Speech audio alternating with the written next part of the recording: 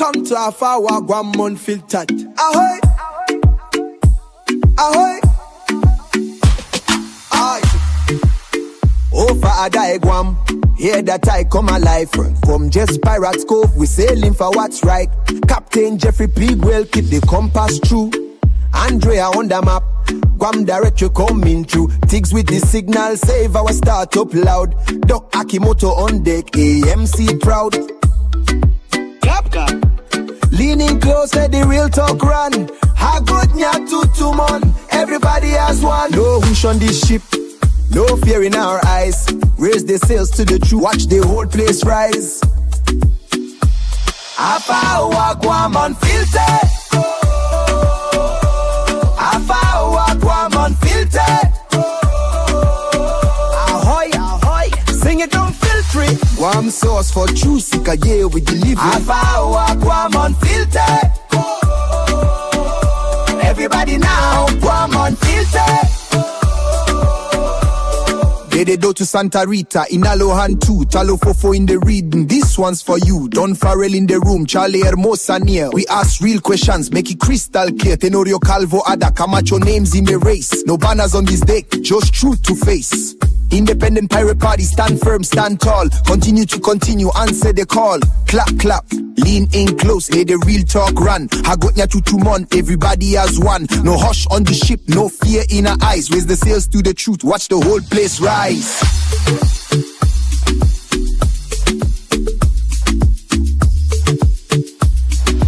Hafa Hour, Guam Unfiltered. Hafa Hour, Guam Unfiltered. Ahoy, sing it, don't filter it. Guam sauce for true seekers, yeah, we deliver it. Guam Unfiltered. Everybody now, Unfiltered. White ladies breach when the night wind blow. Truth don't scare when the truth must show. Chief Gadao and Matapang, strength we carry on. Sarina in the tide sing, Guam sing along. Continue to continue. Independent pirate party. Hafa Hour, Guam Unfiltered. Hafa Hour, Guam Unfiltered. Ahoy, sing it, don't filter it. Guam sauce for true seekers, yeah, we deliver it. Tune into Hafa Hour, Guam.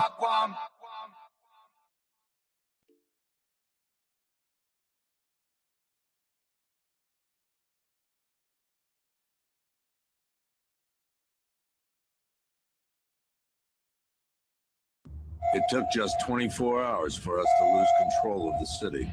Tonight, anything here? Gotham's relying on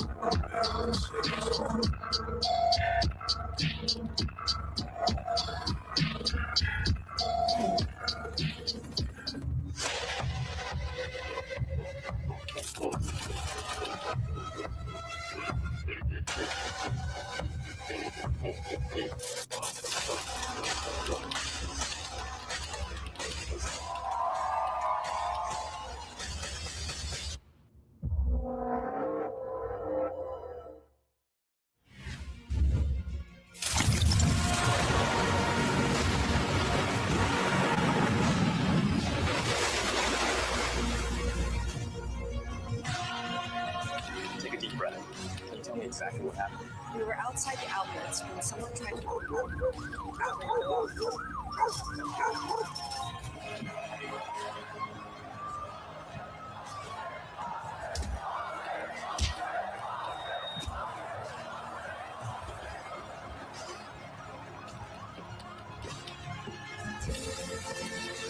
Under these statutes, you don't have the authority.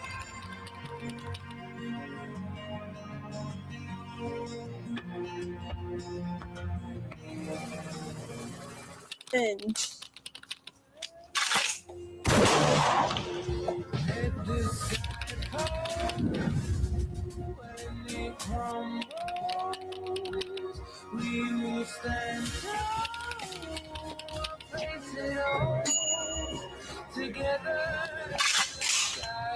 Responsible gun ownership is the law.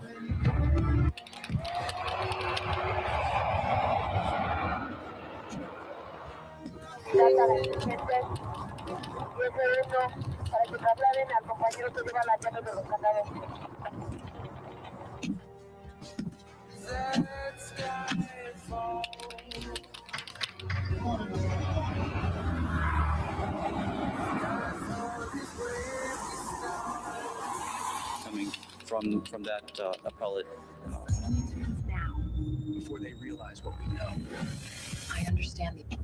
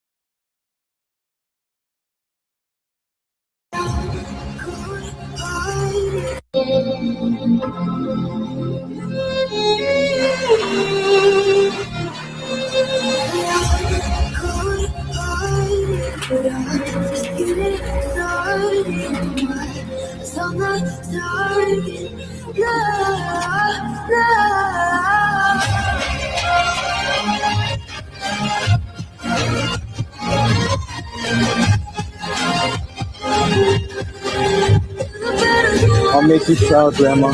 Promise. That's better. Okay, we're done. The property lines. Sir, please wait here. I need you to stay by the car. Okay, I got it. Just tell me what happened. Has been breached. Confirmed reports of multiple attacks in the capital. Please, we're now in a state of alert.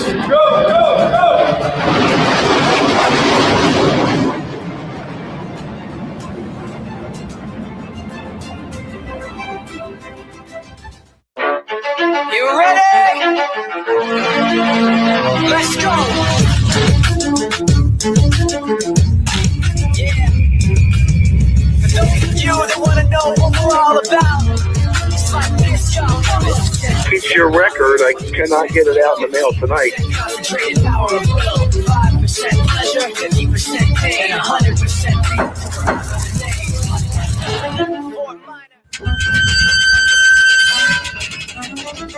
Come on in. Yes. But I didn't. Details emerging of a major political scandal shaking the island.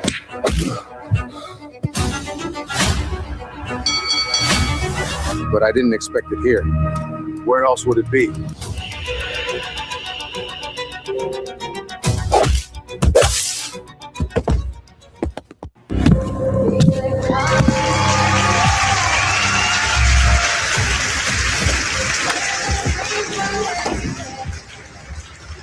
Only thing that's on my mind is who's gonna run this town tonight. Yeah, I said it, we are. This is Friday. Hey everyone, how's it going?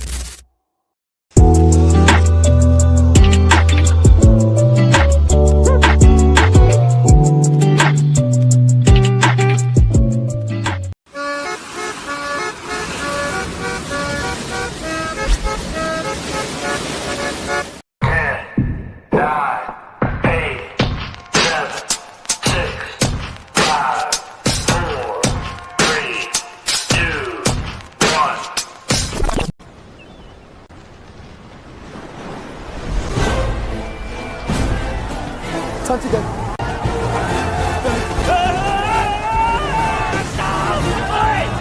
A few moments later.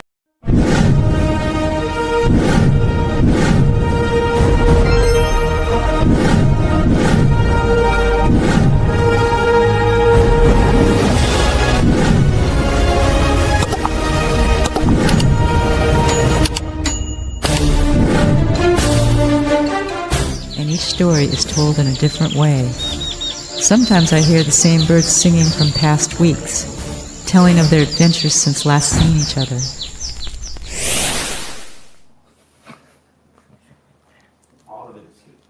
Good morning, everybody. It's April 26, 2026, and we're here at Jeff's Pirates Cove in beautiful Ipan Telefofo, Guam, USA. Episode 40, Season 2. We got some great guests here for you today, and we're going to have a great time talking to them. By the way, Mother's Day is coming up, and we have a great buffet for you lined up. Please be watching our Facebook for that. So first, Ray's here, Dave's here, Will's here, and the doc is here, okay? And first one we're going to talk to today is Dave Sablan, my friend from long time ago, an advocate for many great, interesting things for Guam. So Dave, tell us a little about yourself, okay? Okay, well, I've been a businessman on the island for more than 50 years already. Started my career with Atkins Kroll in the automobile business, then I switched over to the commercial division, selling hotel and restaurant supplies. Did that for about, total career at Atkins Kroll was about 14 years, and then I moved to Baba Corporation, entered the tourism industry, and actually, when I was with AK, when I was doing the hotel and restaurant supply, I was also a member of the Guam Contractors Association. Yeah. Believe it or not, I'm not even a contractor, I'm not an engineer of any sort, but I was the president, actually, of the Contractors Association. And so ran it for several years. And then when I was with Baba, I was in the tourism industry, so I served on the Guam Visitors Bureau board as well. And in early Atkins Kroll, I was also chairman of the Guam Power Authority back in the late 80s into the early 90s. So I did a lot of that. Actually, I counted all these different commissions and boards that I served. There's like 13 of them. So I think I better retire. But when I was with Gura, they wanted to put me in jail, you know, and I had to fight that in court, and I won. So why did they want to put you in jail? Well, you know, they were saying that I was corrupt in giving contracts to people that were friends of mine, because we have a program at Gura where we can actually build housing for people that you know, need help financially. And so we were giving what we call the low-income housing tax credit program. Yeah. So we were giving all these contracts away. I mean, we followed exactly what is required. But there were some people that probably didn't like me and wanted to, you know, put me under the bus, so to speak. But I didn't allow that. I took them to court.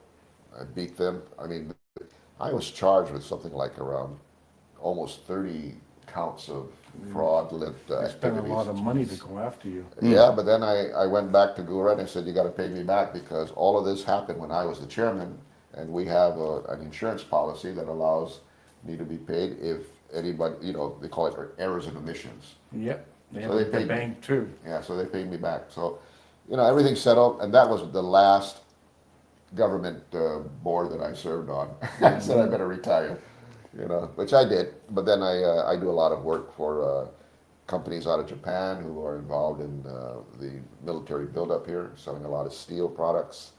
And so I take care of them, make sure that they know how to deal with the American contractors. Because when you go into a meeting with these American contractors, they talk very quickly, and the Japanese unfortunately cannot understand what they're saying, so they depend on me. So after we have the meeting, I take them over to the hotel lobby and I explain everything that occurred during that meeting. And then, you know, they understand. And then when they're going to write to them, the Japanese have a certain way of, if you're a very high level company in terms of sales, and you're dealing with a smaller company, you can really push them. But I said, it doesn't work that way. Everyone, small, big, or whatever, in the American system of business, everyone is an important customer. And so how do we deal with these companies, Dave? And I said, you just deal with them as if you were an American company, you know, equal, but they're going to buy something from you, so they're always right, you know, and make it work for you. So I advised them in that, and you know, they're very successful. That's good to hear. So today we're going to talk about waste to energy. Okay, that's another thing I used to do. I still do, actually. And what do you think now we should do for Guam? I mean, there's somebody here now talking about waste to energy, right? Exactly. In fact, I talked to Ray a couple Just the other days day. ago. Yeah. And I said, you know, why did it take for somebody from outside to come and say everything that I said over the years, and then now we're going to work on it, or maybe consider it? Well, I think when you were doing it, which was way back when, there was too much politics involved, and people couldn't digest that, and they didn't feel that we were going to come out all right. Yeah, you're absolutely right. You know, I was hired back in 2006, was it, to try to promote it because it was a new technology. Nobody was. I think it's great, really. It is. We burn our trash. Many of us, you know, burn our trash in the backyard, right? We try to avoid, of course, EPA looking at the smoke, but we do that. So a lot of the people at Guam fully understand how it works. The thing is that when you're doing it as a commercial operation, then of course you got to consider all these regulations with the EPA. And you know, there are people that are involved in that industry, so you can certainly bring them in. We're an island, and what made me support this project is the fact that when I was chairman of the Guam Power Authority, I went to Japan and I saw how an incineration waste to energy operation worked in Fujiyama City. And it was a building right smack in the middle of the city, and the trucks would go in the back, they would dump it into a pit. I stood over this pit, I couldn't smell anything because there were you know, some holes in the wall that pulled all this smelly air and wrapped it around the incinerator and killed all the bacteria, and then took that hot air and sent it over to a botanical garden and a swimming pool in the city. So, you know, I looked at that and I said, well, this will work for Guam. Now, I was with actually, at that time, the late Senator Joe San Augustine was with me. Senator John Parkinson was with me. And we sat in a hotel meeting room, and Senator San Augustine advised me, because I was chairman of the Guam Power Authority at the time. He said, you don't want to push the electricity part. And he was correct. Push the trash part. You know, that this is going to take care of the trash situation because we live on an island. Don't push the electricity because you're going to have a lot of problems with that. And he was absolutely right, because trash is the issue. Even with the waste energy facility, we're dealing with trash and getting rid of it. And it has nothing to do with the electricity. It's a byproduct. I mean, you can have an incinerator without the electrical aspect, you know, but with us, might as well get as much as we can out of it. Well, right now, we're hearing that the dam will get filled up. Filling, yeah.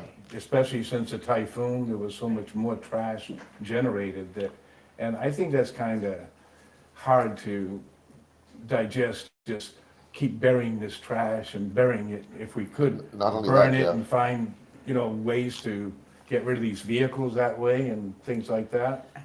The other thing that we have to be mindful of is that when you put solid waste into a landfill, it's going to be about almost 50 years after it's, you know, you've reached its maximum capability. You have to monitor that for about 50 more years as the trash decomposes, because it produces methane gas. So you got to burn the methane gas as it comes out. Otherwise, it'll, you know, affect the ozone layer of the atmosphere. Well, the Oda dump itself secreted so many things into the river, and, you know, there's so much problem. The old Oda dump, exactly. Yeah. Of course, we didn't have an EPA back then when it was open. No, and it generated a ton of the methane that we never. There's subterranean fires. I don't think we ever put them out. And the poor people who lived in Orda, Chalampago, you know, got the brunt of that.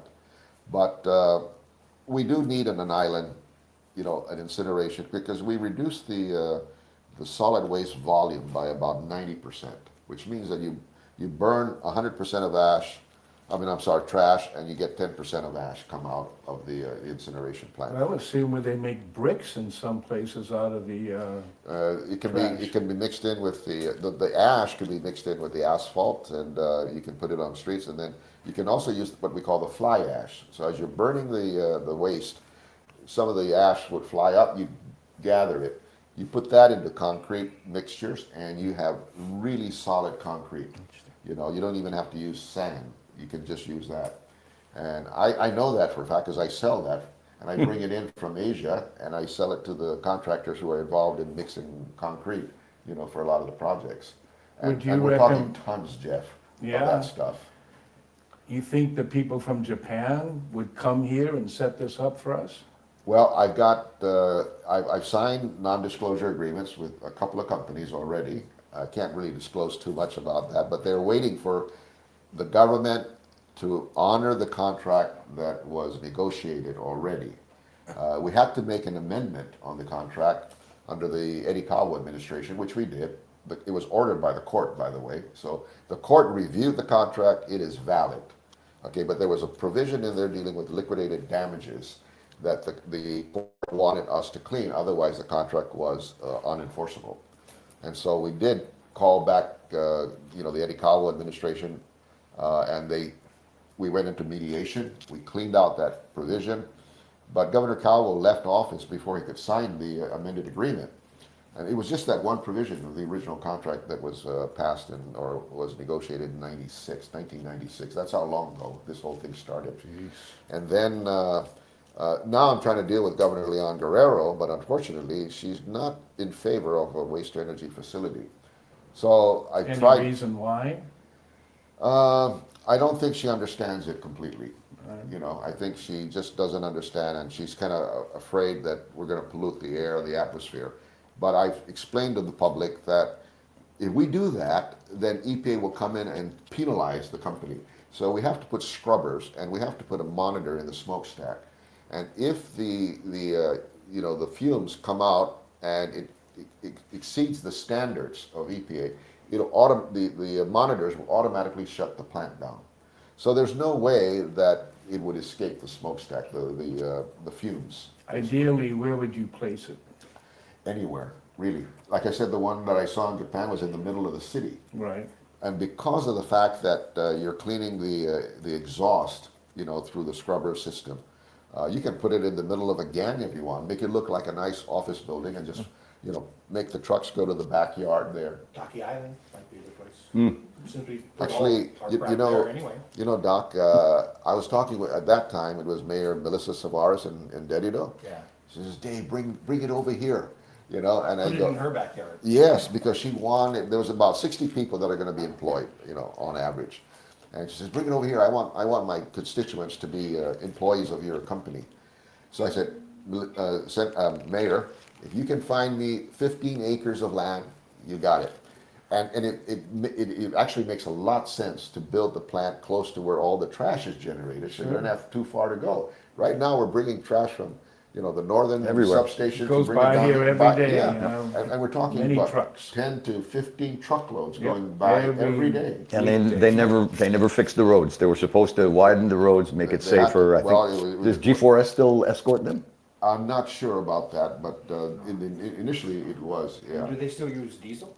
Because that's $10 a gallon. Yeah. So everything about it sucks. Doesn't make sense. So we're pirates, and you almost got arrested, so you couldn't be an honorary. I'm an honorary pirate. We are pirates here because we've all spent some time in jail, including this young man. But one day you will. And one of the credos for pirates is to ask for permission or for forgiveness rather than permission. That's right. So basically, you've been doing this for a long time. Apparently, Right. you have a court orders that mandates that your company or whoever you're The contract is valid. Yes, okay, so yeah, you're doing all things the right way and you still get punished. Right. But you are even more impressive in person than you're on the ratio. So we have to ask you this, really, right? Sure. I mean, I hate to break it to you, but there are at least 2 incinerators already burning on Guam, and he mentioned a third, right? The hospital? The hospital has one. Yeah. Apparently Nate Berg was bringing in one, and I think his is in the back of his pickup truck, right? I mean, basically, there are people incinerating as we speak. Right. In fact, the fire department relaxed the burning, so you could basically do it as long as you don't burn down Guam, right? Right. Right now, people are incinerating in their backyards underneath the breadfruit tree. And then he mentioned Ordot Dump. That thing is on fire. Yeah. And it still emotes. It's in court again because they're saying that it was constructed in a way that is now leaking more leachate into the river. It's supposed to. We're not talking about the thing in California, which is almost full, right? Yeah, you're talking the Ordot Dump. Yeah. That's No. Yeah, okay, you're talking about Ordot Dump. So that one's on fire. That's a natural incinerator or unnatural incinerator. But then we're hearing that the cells in Lizon? they're almost full. They are. Actually, that was built in 2011. I think they put about 3 cells there. And they've filled it already. And now, in fact, I think, I'm not sure whether it was Black Construction or Cortec, built another 2 cells. And, you know, Doc, those aren't. They're hard. I was just going to make that point, is that it's unsustainable. We built, I think, 5 cells, or 3 cells already. And we were in the tens of millions of dollars on a what we call a bond issuance, okay? And so we sold the bonds, we built these 3 cells in the tens of millions. I think it was about almost $50 million. And now we filled it up. We haven't finished paying off this loan. We got to build 2 more cells. And now we're borrowing money for those 2, not yet finished paying this off. By the time these 2 get built, we're paying this, we're paying this. And if these 2 fill up, we're going to build a couple more cells. We can build about 11 cells over at Lidzon. So we've got 5 or 6 already covered, which means we only got 5 left, 5 areas of land available now for another 5 more landfill cells. But by the time we get to cell 7 or 8, we're going to have all these debts to pay off. We haven't paid off the first 3, we haven't paid off the second 2, and we're now putting another 2 more for cell 6 and 7. You can't sustain this kind of debt service. I can't keep up with you. Your math is too good. So my other incinerator, because I mean, let's face it, we have to reveal to our listening audience, your roots come from Saipan. My father from Saipan. Father's from Saipan. Saipan has an incinerator. No, they don't. Other than the hospital, probably. Okay, so well. But they don't have enough trash to actually do waste to energy, but they certainly have enough trash to burn. Yeah. We would import the trash from Saipan and put it into a waste to energy. I was down in Saipan before they got hit by the thing, and that same dude that's coming here to Guam, he was over in Saipan.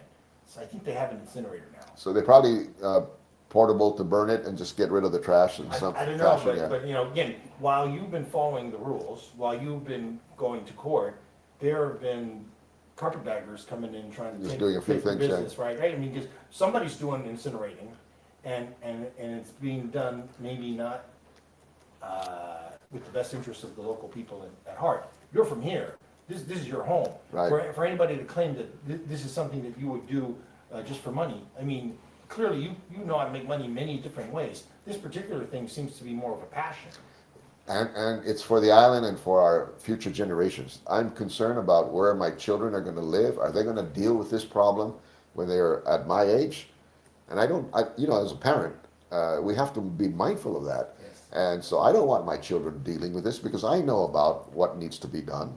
So I think it's an obligation on my part as a parent and a member of this community to take care of that before the next generation comes online to take over, you know, all of our responsibilities. So can we quit talking about trash just for a minute? Sure. Well, I'm curious. I want to ask one question. Yeah, because I wanted to ask a question too. Because You're a guest on the show, young man. Yes, sir. At the hospital, do they throw all their trash in the incinerator, or just the leftover body parts, or you know, what do they use it for? You know? Actually, I want to make a point. Your barbecue's better than theirs. The hospital burns hazardous stuff. Right. You know, we can't burn that in an incinerator that produces electricity and waste energy.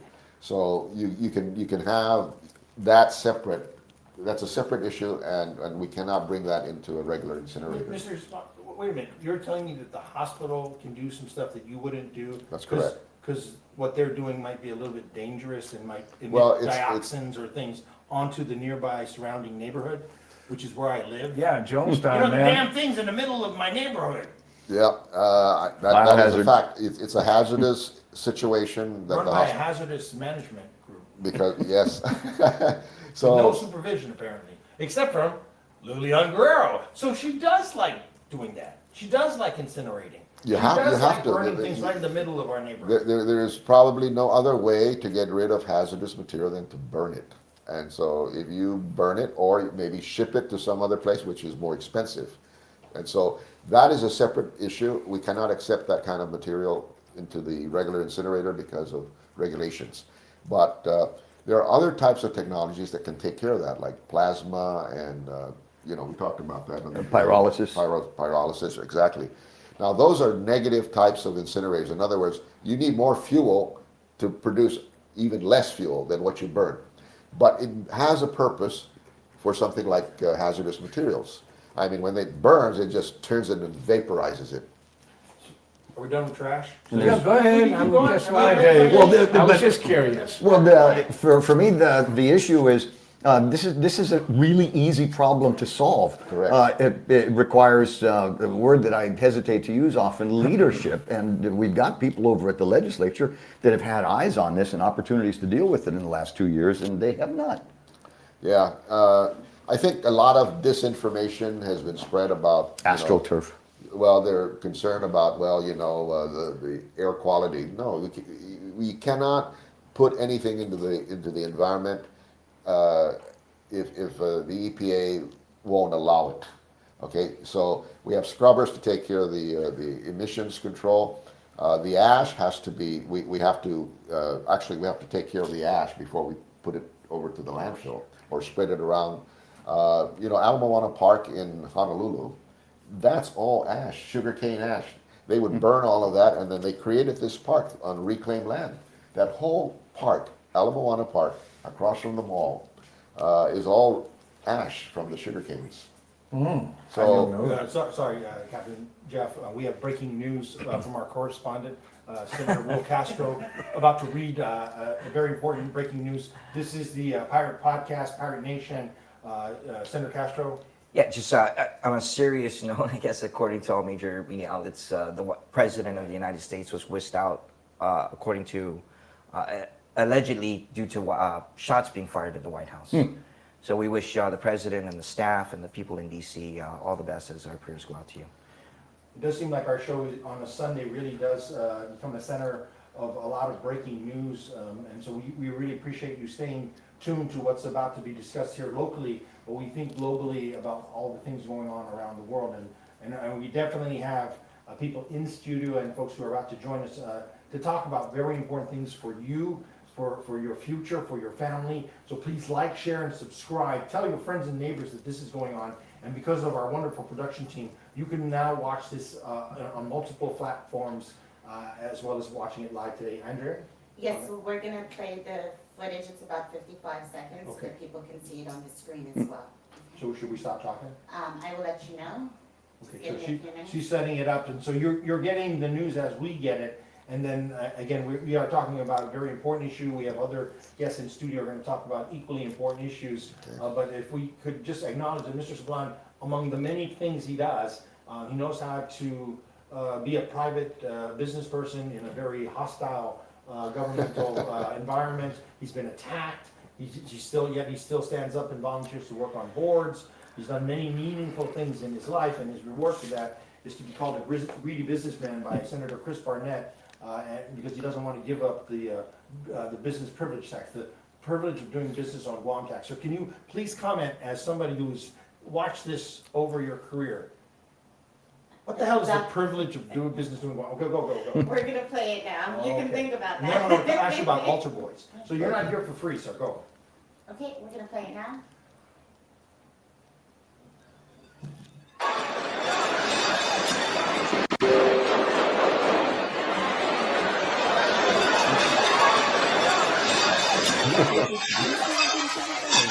I don't know. I didn't even know that. We speak in general. The rollback of the BPT.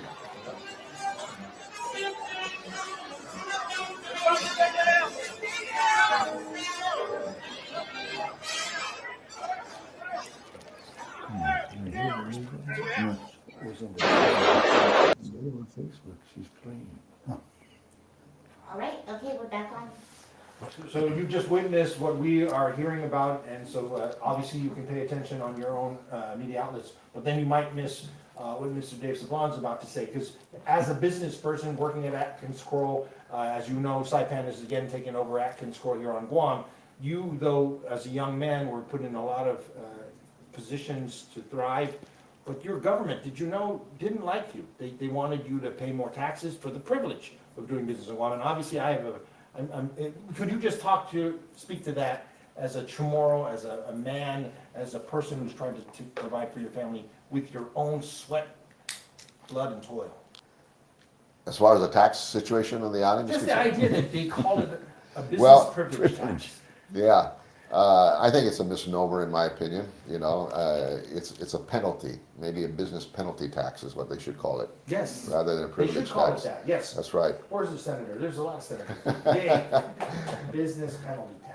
Thank Yeah, you. it's Okay. still BP, Okay. DPT, right? When they said it was the gross receipt tax, that's kind of gross, so, Yes. you know, Yeah, that that's fit not it really better bad. than doing a The privilege to non-gating do business here, tax. right? That's right, that's right. They're trying to make it sound nice, but it really isn't. Okay. And it's hidden. It's a That hidden was a tax, by the softball. You way. hit that one over the fence. Thank you, sir. Again, remember you're among pirates, so nothing is off limits here. You also served in the church. Yes, I'm the In the president. Catholic Church. Yeah, president of Concerned Catholics of Guam. Yes, sir. Yeah. So very much involved with the controversies regarding the altar boys, which has just quietly kind of faded into the past, right? Correct. But we've often compared the government of Guam's abuse of the business community here as like raping altar boys, right? They basically tell you to bend over and they stick it in your ass. How do you feel about the way that the church has handled the altar boy thing and the comparison to Governor Lou Youngro and Josh Nero's treatment of the business community over the last 8 years? One word, ignored. They just ignored everything. You know, the bishops back then just ignored it. They kept moving these priests around that were, you know, pedophiles basically. And so I think with the government, like I said, I've been trying to get this waste energy situation, going back to this subject, for the past 30 years. Okay, I've been very patient, you know, trying to get it in, giving them as much education as I could.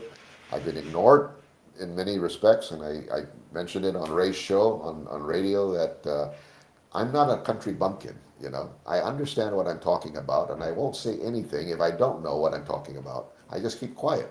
You know, I listen more than I talk. If you want to look at it in terms of a communications angle, you know, listening is a much more important aspect of communications than talking. But you know, as over the years, I've learned a lot, and until somebody tells me something different that is better, I will continue to push what I believe is strong. On Ray's show the other day, we talked about this individual that came in from the States, from Colorado, who talked about waste energy, and he was promoting it. And he said there's other types of technology that also can be used on the island. But I was mentioning on Ray's show that the waste energy facility that I'm discussing is similar to the power plants that we have here on the island. The only thing is the fuel is different. It's trash rather than oil. And those are technologies that are tried and true, okay? And when you're dealing with the power system on the island, you don't want to do any kind of experimentation with plasma, with all these other types of new technologies, because if you start it and you put all this money in and then it blows up on you, you know, like some of these Tesla cars, okay? Or like the motherboard for my air conditioner. Yes, then what are you going to do, all right? So stay with something that is tried and true when you're dealing with the power system, because you're trying to give everybody the power. The new stuff, you can put it on the side and you know, go ahead and do some experiments, and if it works well, take a little portion maybe of the entire island-wide power system and then use it. You know, for example, and I said this on Ray's show the other day, we have a big swath of land being used for solar energy panels. Yeah. Okay. What's the difference with that and landfills? Federal grants. Yeah, exactly, subsidized. So everybody wants to get into that business. But the amount of land that is used is similar to a landfill. So what are we trying to do? You know, we're going from one problem to another problem. And we're in an island where the humidity coming from the ocean and after typhoons are going to put salt spray onto those panels, which means that if you've got, you know, 30 acres of panels all over the place, you're going to have a lot of people go there and try to, you know, put Windex on it to clean it down, right? And so it doesn't make sense. And I was telling Ray, where it makes sense, and I studied this, and I was involved in a lot of meetings with the American Public Power Association when I was a member of the board. I said, it's great in a desert. 5%, humidity. 5% inches of rain for the annual year. No humidity, very dry weather. All you have to deal with is dust. And with dust, you just take a hose and just spray it, and then it cleans itself. So it makes sense in the desert, but not in a humidity area like we are here close to the equator. So solar panels can work for individual housing, but not for putting it into an island-wide power system. Maybe a small percentage could work, but not some of the things that we're experiencing now at Marble, in Arahan. You know, stay with waste energy as a technology that is tried and proven. You're only changing the fuel. The same kind of combustion turbine engines you're using for the generation, but you're just changing the fuel with a little adjustments, because you burn the trash, you boil water, you create steam, the steam turns the turbine, and you've got electricity.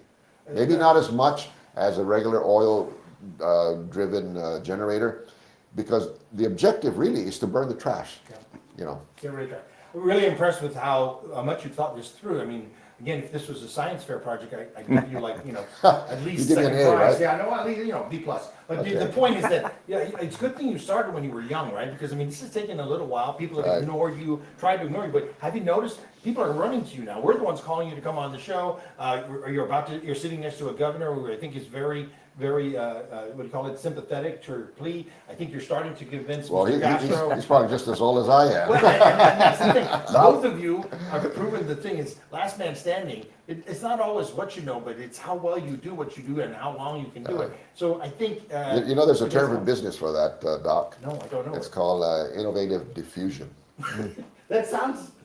Is that a major? Can you go on for the major of innovative diffusion? What it is that there's a cycle of knowing and educating people, and then it gets done. It could be within a year, and it could be like 30 years. But you go through a process where people are against it, and then as they get educated and little by little people are being informed about it, then more people start to join, and before you know it, you got the whole population convinced. Hey, that sounds like the Roman Catholic Church. It really been a pleasure to talk to you today, sir. I'm so glad you came in the studio. You should have your own show. You probably will the same thing. You're doing this, showbiz, everybody. It's not just a podcast, it's a channel. I think because we have so many other guests, we're going to need to cycle out. Any last words, sir? No, I'm so happy that I'm having this opportunity to talk to the public about this. We have people that are already doing it in different countries, and we're an island, and we should adopt that same system. I'm all for it, I'll tell you. I really have always felt that way, but just like it happened 30 years ago, politics stops everything on Guam. That's right. And that's why Charlie and I are running, because we want this place to be business first. Correct. People will benefit, guaranteed.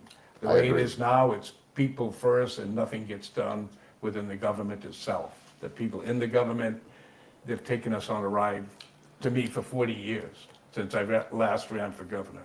What bothers me as well is that some of these people that are in quote-unquote leadership positions or in servant positions, I prefer to call them, because they actually serve us as the public, yet they think that they're the leaders, which they really aren't. They're supposed to listen to us. Right? No, we're supposed to tell what we want, and they're supposed to accomplish it. Yes, not exactly. them tell us what we need in our lives. They are our representatives. It's the reverse situation here. Well, that's why we're running. You're on the right track, Jeff. I can tell you. Charlie. Thank you. The Lieutenant Governor is in studio, so let's rotate through, because we only have so many microphones. In fact, you can do something about that. If you love the content on this show and you love the guests that we're bringing in, please like, share, and subscribe. And if you'd like to leave us a generous monetary donation, perhaps the whole of your real estate and estate, please talk to our producer, Andrea. And we definitely are excited about bringing Lieutenant Governor Charlie Hermosa into studio. He has some breaking news, I think, from Beans and Barrel about a successful petition drive that was done just this past week.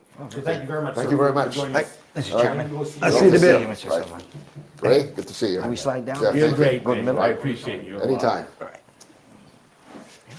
When Dave was at AK, I started buying cars there.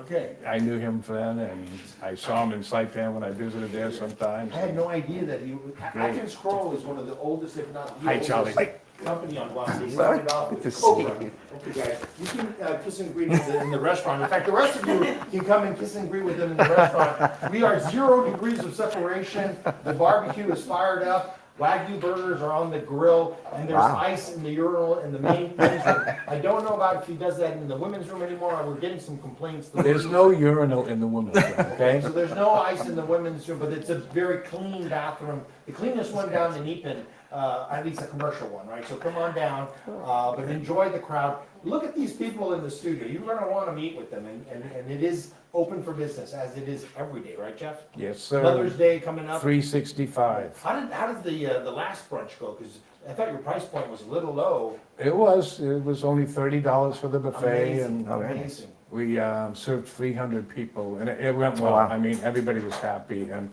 I didn't make as much money because usually I lose money on these things, but I'm good with that. I mean, as long as people come back, that's my main thing.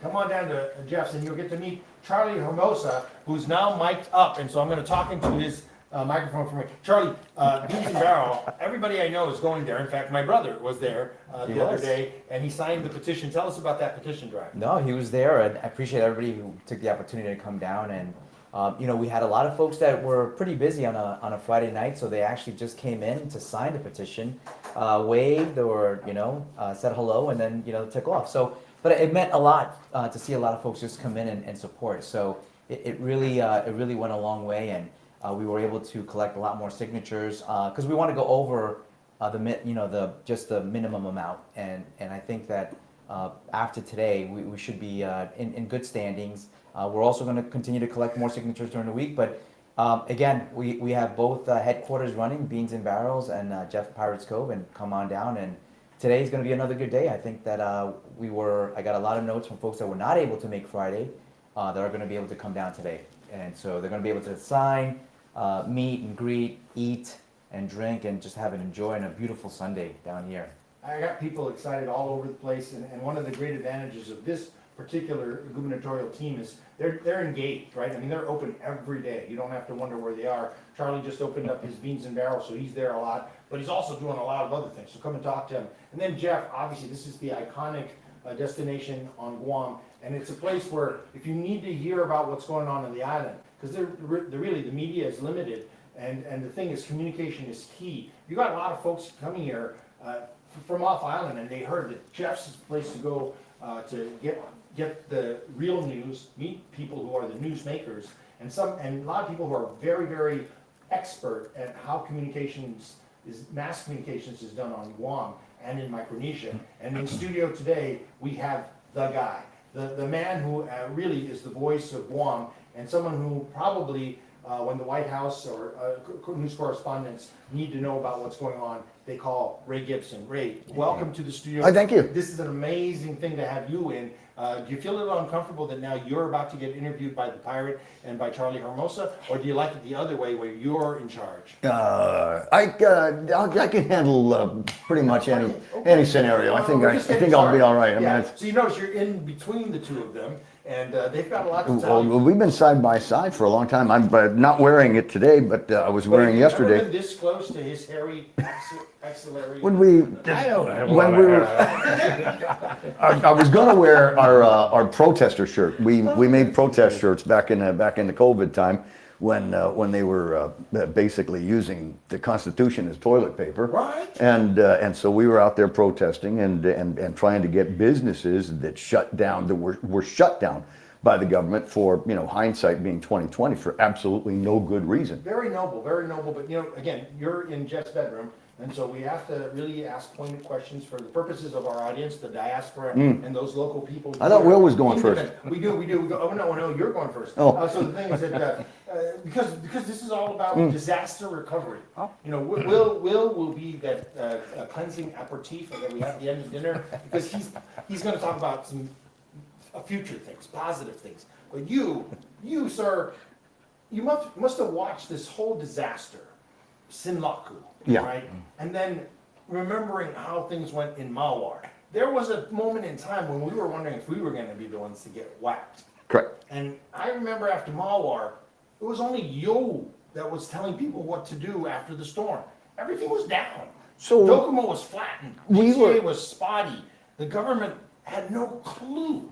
Please tell us your perspective post Typhoon Recovery Sinlaku vis-a-vis Mawar? Okay, so making the comparison, and I'll borrow a line that I got from Simon Sanchez on the air a couple of times in the last week and a half or so, is that every storm has a different signature. Every storm, they're all different. It's hard to be able to do an apples comparison from one storm to the next. We were the only ones on the air for a while after Mawar, and that was honest, blind luck. So there's preparation that's done. Usually in February, March, I start thinking about hardening because I know that we're going to have a typhoon season starting usually in May. But this one snuck up on us rather early. But I call my generator guy, call the air conditioning guy, call the fuel guys, and start making arrangements to make sure that our external facilities are as hardened as possible. So that was the case. Mawar, the only reason why we couldn't go on the air right away was because the generator was down, and I was able to find the manual for the generator and looked up the particular alarm condition. I said, okay, how do I fix this? And the manual said, press off and then press on. You're kidding. It's simple. It's not that simple. And I pressed the button and the thing roars to life, and all of my systems came back up. Most of my systems managed to come up. The only thing that we missed was the phone lines and the internet. We couldn't get those up until we actually called IT&E to move the fiber from one building in the old iConnect infrastructure over to my building. So they did all that, and we cut things over. And so for the most part, that part of our infrastructure stayed working. But I think in terms of what, it's the after action, right? So I think there were a lot of people that we're just saying the inaction, right? Because not inaction like in a bad way. Mm-hmm. You were doing stuff before the storm like you're supposed to prep, do, right? yes. How much did the government help you? Oh, zero. Nothing. Absolutely nothing. You're the major news source on Guam. So the Civil Defense, Homeland Security called us in. This is in the middle of recovery. I got a quarter tank of gas, and the lines are long. Yeah, afterwards. And they called us up to the headquarters and says, how can we help you? And every single one of us, all of us in the media, we were all there at the same time. I said, we need fuel, and we might need to have, for our people to get access to gasoline so they can come back to the studios and actually do work. And there's all these people writing stuff down. There were the ones who were stealing $1 million in overtime? The same people that are going to go to federal prison because they're a bunch of crooks? There might have been some of those people in the room, but at the end of the day, there was no follow-up. There was no, okay, we're listening, and this is where you get your gas, this is where you get your generators. Where do we pull up our generator? We never got any of that stuff. So you got no help from the government? No, nothing. Not before, not during, or after? No. Fuck you! That's one. Is there a swear jar here? It's full. It's full now, isn't it? Hi, jerks. That's the thing. Saipan is going through hell, but those people are helping each other. And they're the definition of help you. You're the definition of fuck you. You've got all the resources. I heard it so many times. Yeah, we got everything in a warehouse. Oh, we've got everything over at Northern Public Health. Nothing for the people that were actually living the nightmare, which was Mawar. Okay, so fast forward 3 years almost, and we got hit with Sinlaku, sub-typhoon strength winds. We had a few gusts over 80 miles an hour. But dude, no, before that, we were going to get whacked with 150 miles an hour. Well, so did they call you and say, hey, we fucked up the last time? No. I didn't get any. I didn't get any of that. But I do want to make it clear, though, that there was at least one organization that stepped up. Guam Power Authority. Thank you. GPA. I mean, as they have for the entire community, and getting everybody back up inside of a week is nothing short of miraculous. If this had been the same kind of storm 10 years ago, I think we'd still be bucket flushing and charging. I don't know why people are happy about the fact that the rest of the government took the day off, right? I don't know why everybody's happy that the government, they took like 2 days off before the storm actually hit to prepare themselves, to go steal generators for themselves, to fill up water for themselves, right? But GPA guys, they knew they were going to have to harden, so they went to bed early. They took their Wheaties. They knew they were going to be busy afterwards. Well, same thing with the guys over at DPW. Same thing with the guys over at GWA. I'm not going to say that. I'm not going to say it was flawless. Yeah, that's the thing. But okay. They got the tools that they needed to put 98 water wells either online under their own power or generator power. If the mechanics, if the electricians couldn't fix it, then they called John Beneventi, and John would send somebody over with a generator So that's to the electrify. improvement. Okay, So I want to say that there's been improvement. So after Mawar, we didn't have shore power at the site for almost a month. So I had to sweat out fuel and delivery and getting the fuel in the generator. Reimbursed? Did you get reimbursed for any of that? No. That's all sum. I got 2. Where's my 5? You did 3, just relax. Yeah. I was going to do it because that 3 strikes. Well, so they pay you for that. So, but GPA, I went up to the transmitter site, post storm, as soon as things were quiet enough for me to drive up. I had my Dave Eckert moment, and things got quiet enough for me to drive the Frontier up to the street and go take a look at things, and I started taking pictures of the damage. Channel 10. Yeah, Channel 10. So I took some pictures and sent them to Simon and said, the damage isn't that bad up here. There's other telecom, there's other radio stations, there's a TV station, KUAM's up there. And so, yeah, just to let you know, I don't think the damage up here is as severe as it was in Mawar. And by Friday night that week, GPA electrified our circuit. Wow. And so one less thing for me to worry about. And it makes sure that KUAM TV, I think there's, as I said, there's a couple other radio stations on the hill, my stations, and we were able to get back up on the air. So GPA came through. I mean, they recognized the value. Better than Mawar, because after Mawar, remember Mr. Berdalia got thrown under the bus, and then he fought back because he was saying that, the water thing after Mawar was almost as bad as Docomo going down. But then you've got the private sector versus the government, right?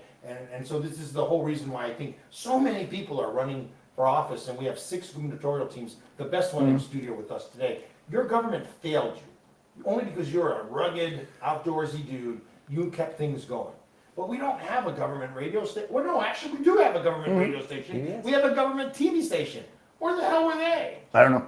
Oh, they're actually in the bar. A lot of them are actually sitting in the bar. So, hi, guys. I mean, again, I don't think it's optional for the government to get themselves running in the middle of a typhoon. What do you think? There are services that still need to be delivered to the people, but the way... How will they get delivered if there's no communications? Well, who's doing the communicating? It's supposed to be the government. So, there's actually a director of communications with a whole bunch of other people that work in agencies, and they all make $85,000 a year rate. There's I've got to say, not trying to defend anybody, but I thought that they did a fair job over at the Joint Information Center. There were...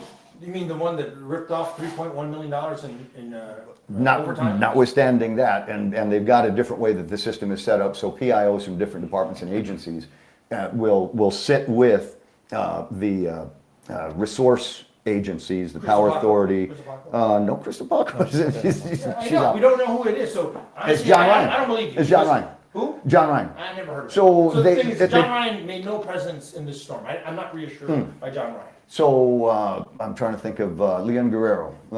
What's his name? Phil Leon Guerrero. He used to work with me over at K57. Yeah, we had Phil on, and so he knew what I would be looking for in terms of information on the couple of times that I reached out to him. But the Joint Information Center was pretty good. I want to say that they'd sent out 13 or 14 publications a day, updating people on what's going on in public health, what's going on with GWA, and then they switched over to a response. Dude, that takes 45 minutes. To update that stuff, it's just, cut and paste, press send.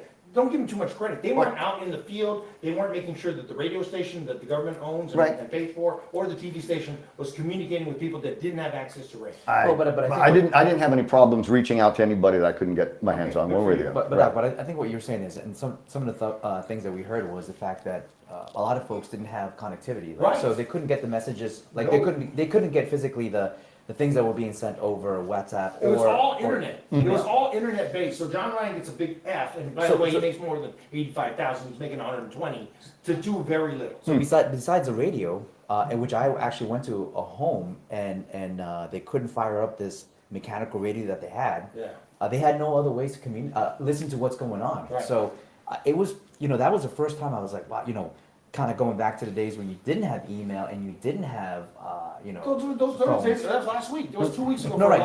So the question is like, how, if you don't have that, if you pretend that everybody has the means to be able to receive these via WhatsApp or email, what is the alternative? There's a lot of that's why we try to stay on the air. So we want to stay on the air on an actual radio station. Right, Ray? You didn't have to show up to work. You've got your own problems. You're a private guy. Yeah. You're the greedy. Greedy fuck. You just took the place of the other greedy dude. Right. So, so for me, it was, that's what we do. We do it as a service. We, is in the public interest as a public trustee. We use the airwaves that are public, and so there's an obligation. There's an understanding that I'm going to be there when the lights go off. But the transmitter only goes so far. Even though we're any speaker anytime, any screen anytime, it comes down to your ability to be able to turn that thing on and watch us just like this.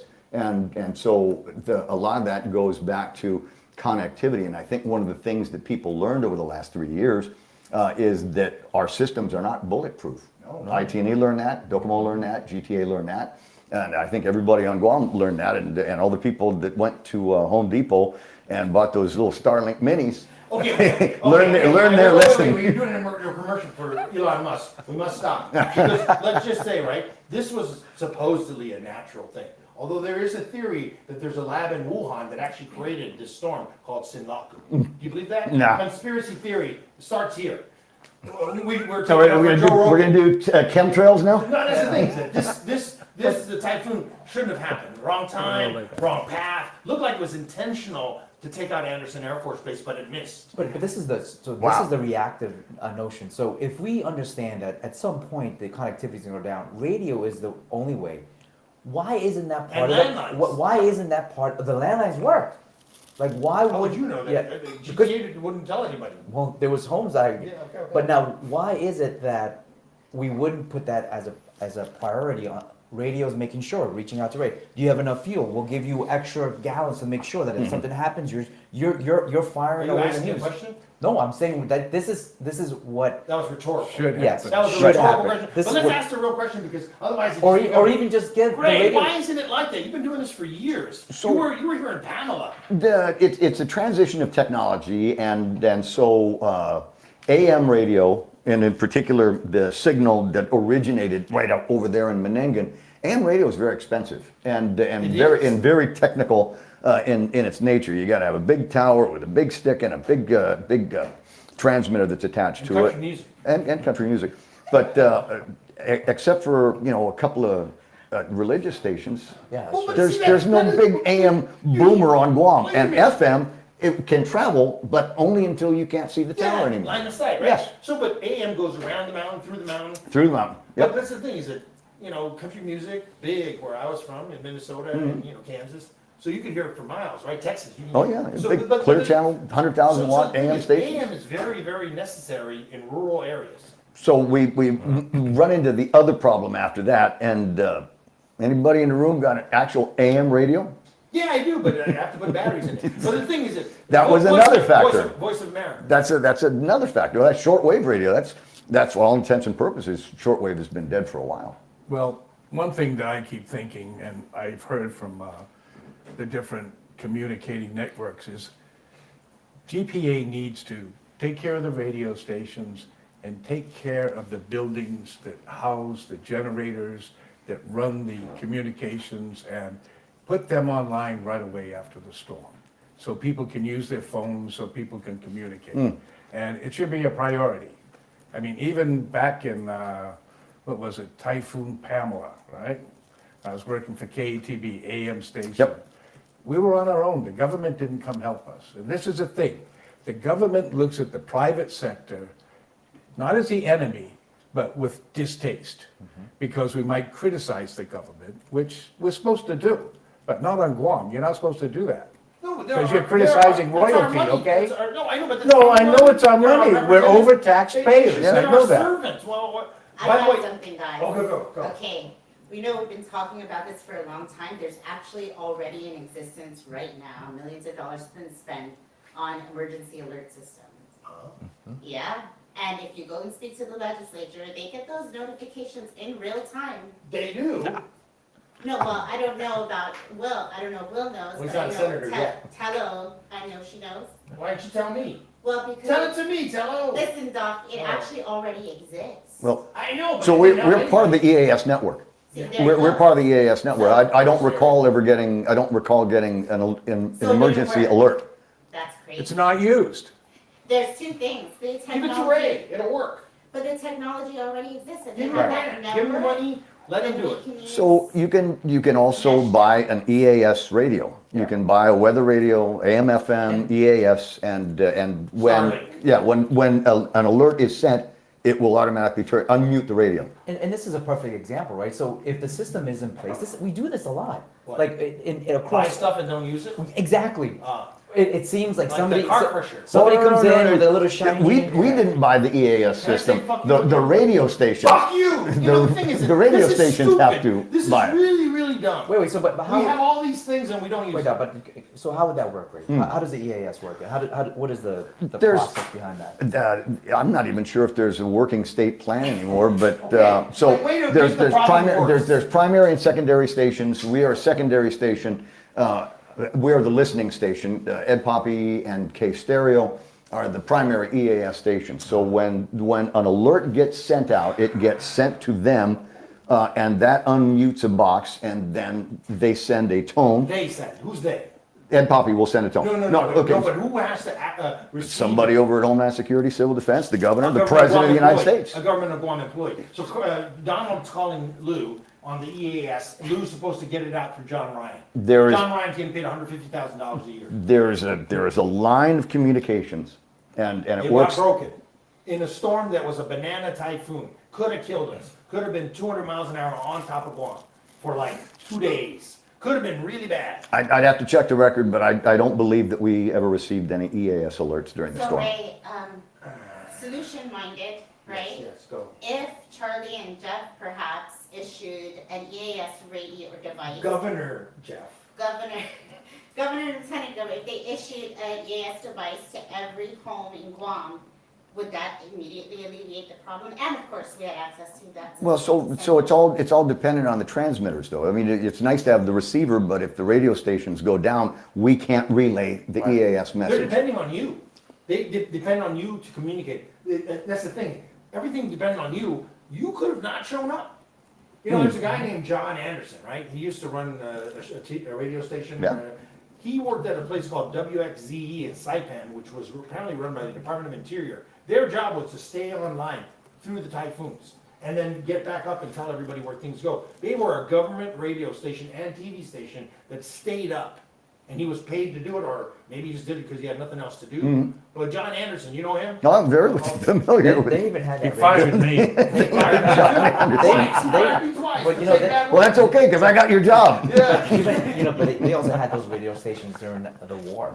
And We they were- are in a war. That's the whole point. I hate to break it to you guys, but this Pong Song Wa or Sinlaku, whatever the hell that was not a real typhoon. That was a North Korean weather storm. Event. Yes. Mm. That was North Korea trying to take Ray out, and they failed. Yeah.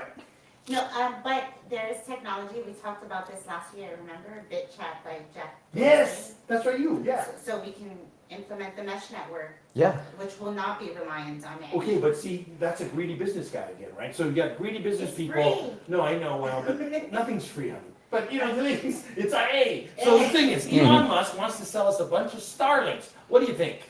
I bought one. Yeah. I bought one. And they sell them at Home Depot. But this is Yeah, you can. There's a new one. It's about the size of a deck of cards. Because that's the No, but I mean, going back to what Andrea's saying is that, but this is the issue that we come up with because we're all coming up with solutions, right? But there is a law or there's a legislative process in place already. So when we bring up things, they're like, well, you can't really do it because this is the way it looks. Then you start looking at it and you're like, well, I've never seen it work. What do we need to do to activate it? And this is where the slow, and all of a sudden the process and that motivation you have to change hits a snag. What's what Dave Sablan was just saying from that very chair. Yeah. No, exactly. So these are the things. These Wear are the you things out, that wear we you need down. to flesh out. And we've been asking, and you No, know, that's about leadership, though. no, right? I mean, It's about not, leadership. but I mean, not to call out, you know, the speaker as well. But you know, Oh, right. about a year ago, you know, these are the things that we were supposed to flesh out. These are the things, and you know, he came back and said, listen, if you look at the dynamics of what we have in place and laws and policies, you know, they're so ancient. Like, you know, where do we start? Well, you know, there's ways to do it right now. I mean, why don't we critically look at the things that we need to flesh out so that the next storm we can activate and do all these things in place? Can't do it because we spent the last year debating on the correct spelling of tomorrow. Yes. That's Thank the you, other Ray. part. That was the point. Back to reality. Way to be the pragmatist. Yeah, and so when we're wasting our time, we're dealing with whether we want to do digital or paper copy when we're posting, we're spending man hours, and our senators are, the bills that are being proposed, are they affecting change, and are they impacting your life? When they're spending hours on digital versus paper, that's a waste of time. Are they enabling business? And are they enabling To business? Jeff's point. Yes. Are they enabling I have business? a comment here, and someone said, Doc, specifically, hilarious. Akimoto wants the government to help a private radio station to prepare for a storm. Yeah, I do. Explain why. I do, because clearly your government doesn't want to help you. Clearly your government just wants to make excuses. Look at all the toys they have to help you. Your government sucks, buddy. I mean, vote for somebody who's going to do a better job. Because the governor of Guam can do a lot of things. One of the most powerful positions in the entire United States government. A lot of it invested in Jeff if he's the governor of Guam. Leadership matters. And when you have leadership in the private sector that's better than what you have in government, give them the resources. It's a thing. Yeah, and that's the thing. I mean, the government can play a critical role, but it's got to be able to sort of lose the the tentacles where they have complete control, because if the radio stations are the ones that are going to mandate these emergency systems, let them do it, support them, but managing the port, they got to get out of managing the port, they got to get out of managing the hospital. So these are the things. Can they have oversight? Absolutely. Can they have control? No. All right, because we obviously have to bring this young man back in the studio or give him his own show. Ray, real quick. Here's the thing that I have my own show. Every morning, 6 o'clock, 93.3, any speaker, anytime. Tomorrow morning, Monday morning. It's tomorrow, I'll be on. Talk about this wonderful adventure that we're having today at Jeff's Pirates Cove. So then maybe you can get Elon on, because he's about to make a lot of money, right? We are coming to the conclusion throughout this entire Micronesia that we can't trust the internet as currently derived, where it's relying on electricity, and somehow Starlink works without electricity, right? It doesn't No, work. I mean, you can. Yeah, you can plug it into the outlet, but if you unplug it from the outlet, it's not going to work anymore. But it takes the wattage of a very small light bulb. It doesn't take a whole lot of electricity. You can run those things on a solar panel. They've got small ones now that you can run on a solar panel. It looks like the days of Docomo and GTA are going away, because if you have Starlink and you're paying $80 a month, right, and you got to put $300 down just to get a receiver. Starlink doesn't have. I mean, they advertise speeds up to 400 megabaud, right? What do you got? I don't know. Some days at my house it's as low as 30. Some days it's 200. Some days it's not the same. It's not consistent all the time. Okay. And you're traveling So you got from the one. cheap plan. No, I've got the $80 a month plan. Started off at 75 and now it's 80. I thought we got it free. No, 1 month. We got 1 month free. How would from you like you. Elon Musk controlling all of that? The entire region. How would you like this one dude, Elon Musk, be in charge of all our communications? You know what? I can't tell you how impressed I am with Elon Musk. He lost money on X, but he lost money on Twitter. But Twitter's a whole bunch better, and it is where free-thinking people go to have communications with each other. It's one of my places where I go to get news. Yeah, it's True Social. Well, I mean, True Social is Donald Trump's, but he reposts his stuff, True Social stuff, on Twitter, on X, because he recognizes that there's a whole lot of people on that platform. So I'm okay with what he's doing there. The Starlink conversation has become a great equalizer, but it's not, some people want a hard line to their house. I think GTA's got fiber to the house now. I know IT&E has got their network, and I can't remember the name of it right now. And Docomo has been working very, very hard to harden their systems as well to provide, a locked in bandwidth. Well, and the other thing about Starlink, people think I could use that to carry my signal from the radio station studios up to the transmitter at channel 10. But it will also drop out. If you look at your Starlink, if you look at the Starlink app, it'll tell you how many times it went out today. And there might be little small, tiny milliseconds. What's that? Docomo won't tell you that. You can. I'm sure there's a way that you There's a can way you could, meter but systems. Your brain would blow up if they didn't. What makes it drop? Is it the Guam power, or is it? No, it's just the difference between. Atmospheric, we're moving. I'm trying to remember whether the satellites move or we move, but we're going from. It's like going from one cell tower to another one. If I understand it correctly. The point is, it's not perfect, and that too can go down. And then again, we'd be back into the ice age. We had, do you remember about a year and a half ago, we went through one of these geomagnetic storms from the sun. A solar cloud came out. Supposedly. Yeah. Well, no. That was from China. China. But even that one caused drops in connectivity on Starlink. My buddy over at GTA referred to it as the space typhoon. Yeah. It was a space typhoon condition too. We giggle about it, but it's so critical because we've given up on landlines. Apparently GTA has no intention of maintaining the landlines. And just like you say, AM is too expensive to maintain. They think landlines are too expensive to maintain. It's a question of efficiency. Landlines, and they can multiplex them and phase division multiplex and get a lot of signals and the old copper pairs. Or the fiber. Well, it's a small number in comparison to the number of signals and data that can be carried on fiber. So it's a business decision. Yeah, but it always has been. I mean, even the cell phones. I'll tell you a story. When cell phones first came out on Guam, a cell phone connection was awesome. It sounded great. I don't know if you guys remember that. It was they had really good connections, and the reason why was because they had not divvied up the bandwidth, right? So they went all digital, and it was supposed to be better for the consumers. At the end of the day, it was better actually for the telecoms because they could get more subscribers packed in and more data from subscribers, paying customers through the new bandwidth that they were using. And now that we've gone 5G, the numbers have multiplied. Businessmen are greedy, and now they've sold us an inferior product, so it doesn't sound good anymore. So going back to Elon Musk, right. He's a greedy dude. He's the world's richest dude. Apparently, Donald Trump said the U.S. government propped up his business, gave him a lot of money. Did it? That's what Donald said. I mean, because Elon's a smart dude, but he needed capital. He needed permission to send things. I think Elon Musk can loan the government, the federal government money. Because he did good. I mean, he did the work. He had great ideas. He's the Henry Ford of our time. Mm-hmm. But the reality is, this storm is telling us, buy Starlink. It's telling everybody on Guam right now, buy Starlink. It should be telling everybody on Guam to figure out how to prepare for outages. So then why doesn't the government of Guam buy Guam Starlink? Why aren't we being given a government account to run Guam's communications on a Starlink multiplex? There is from the Biden administration, and I don't know where they are in the process right now, but they're working on a mechanism to tie in. Biden? He's not the president. I know he's not, but the idea came out of his administration where they were going to try to get bandwidth to as many different people in as many different places as possible. Will probably knows the name of the program. Well, so thank you for the segue. So any last words before we you're the negative, he's the positive. Black and white, ebony and ivory. And so you've given us this really somber, very thoughtful. Well, because it's just the reality. It's a lived life. Yeah, and so it's dark. I mean, it's everything you're talking about just makes me want to cry. You're saying no more AM.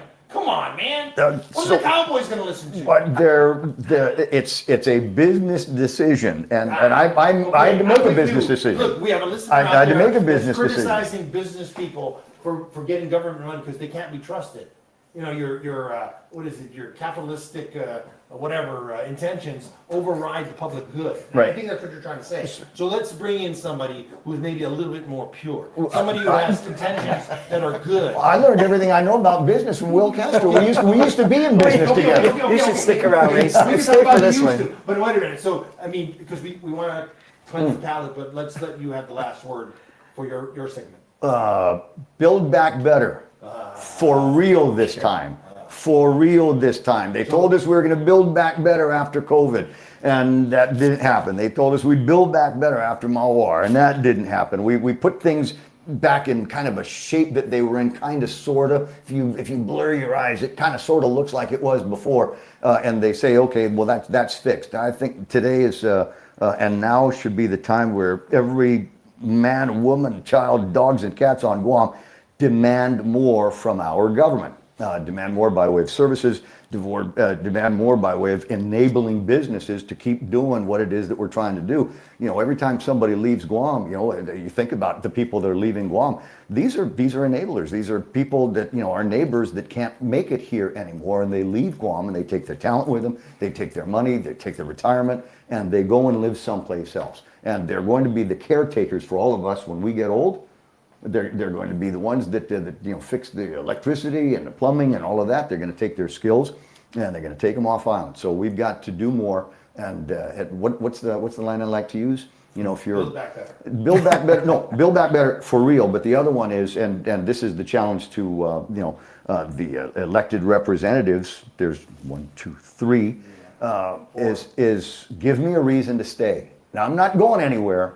But there's a lot of people that are pondering right now, today, tired of living in Typhoon Alley, tired of, sometimes the power goes out, tired of worrying about the hospital and the schools, and they're thinking, I've got a certain amount of money that comes to me in a paycheck every couple of weeks, and I need to make it go further. And it doesn't go very far here on Guam. So you need to start thinking about giving people reasons to stay. And constantly have to buy a new microwave because of the surge, the equipment, appliances that we have at home. I mean, I had to throw a bunch of stuff away now. Even here, we've had major problems with refrigeration because of the in and out of power, plus the typhoon and going from generator back to island power. And we need to really harden up the island. Yeah, I mean, and people that can barely afford it, they finally got a new refrigerator after Mawar, and now it's gone. Surge protectors on everything. But even surge protectors, it only goes to they go right through. All the darkness aside, let's bring a little bit of levity to the room. I mean, this is after all Sunday, so let's let.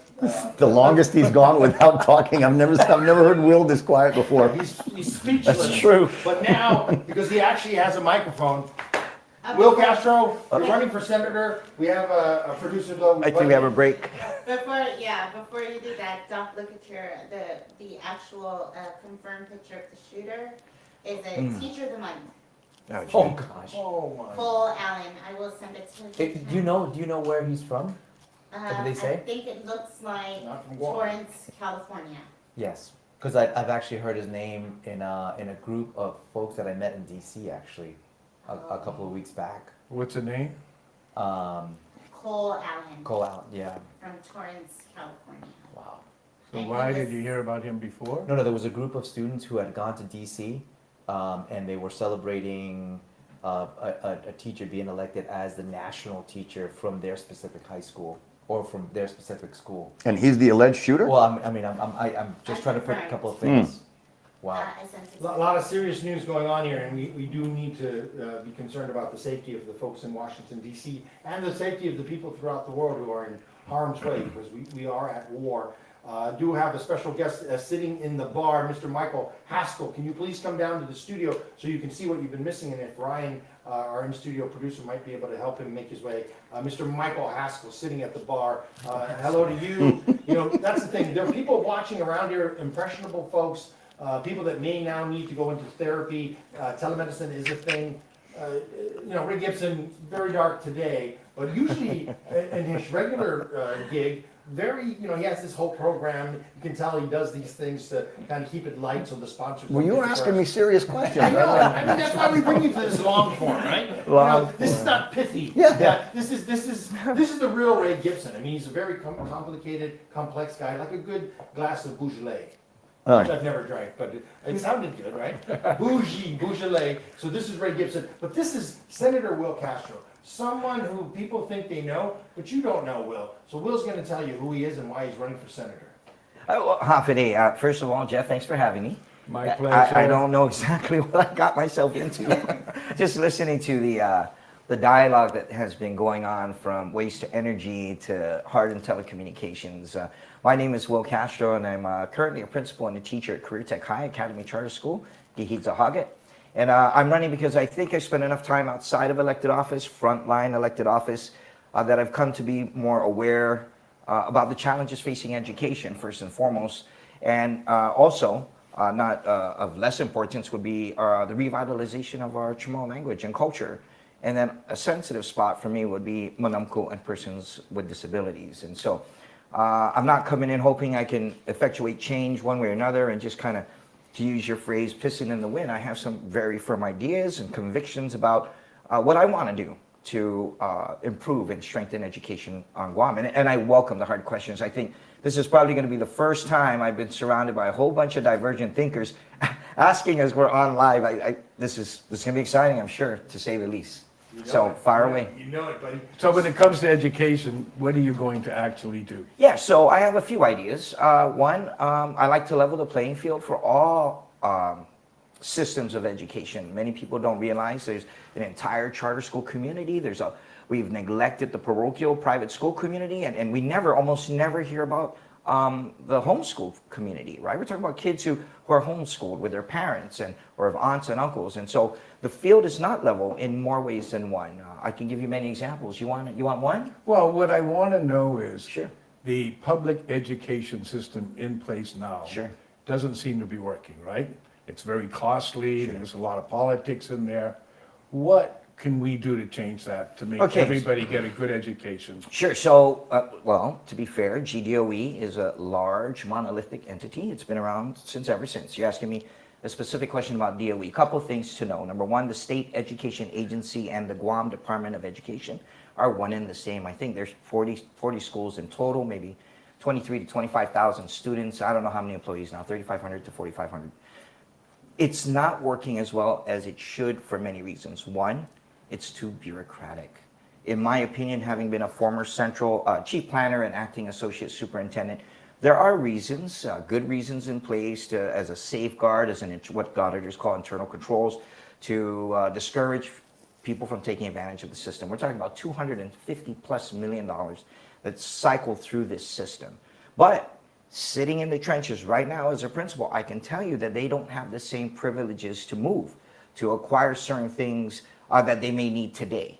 An aircon goes out, they have to go through central procurement. And God bless the people at procurement, I know quite a few of them, but you're too small to handle the demands of an entire system. And that's not to take away from what you do. What I'm trying to promote here is greater site-based management and autonomy with certain conditions. That's one. I'll give you another one. The reason why there's such a shortage in teachers, we're talking about DOE, and I hope we can get into the other systems. Another reason why there's such a shortage, in my opinion, based on my observations and informed perspectives, would be of teachers is because we undercompensate the early teachers or the non-so-called credentialed or certified.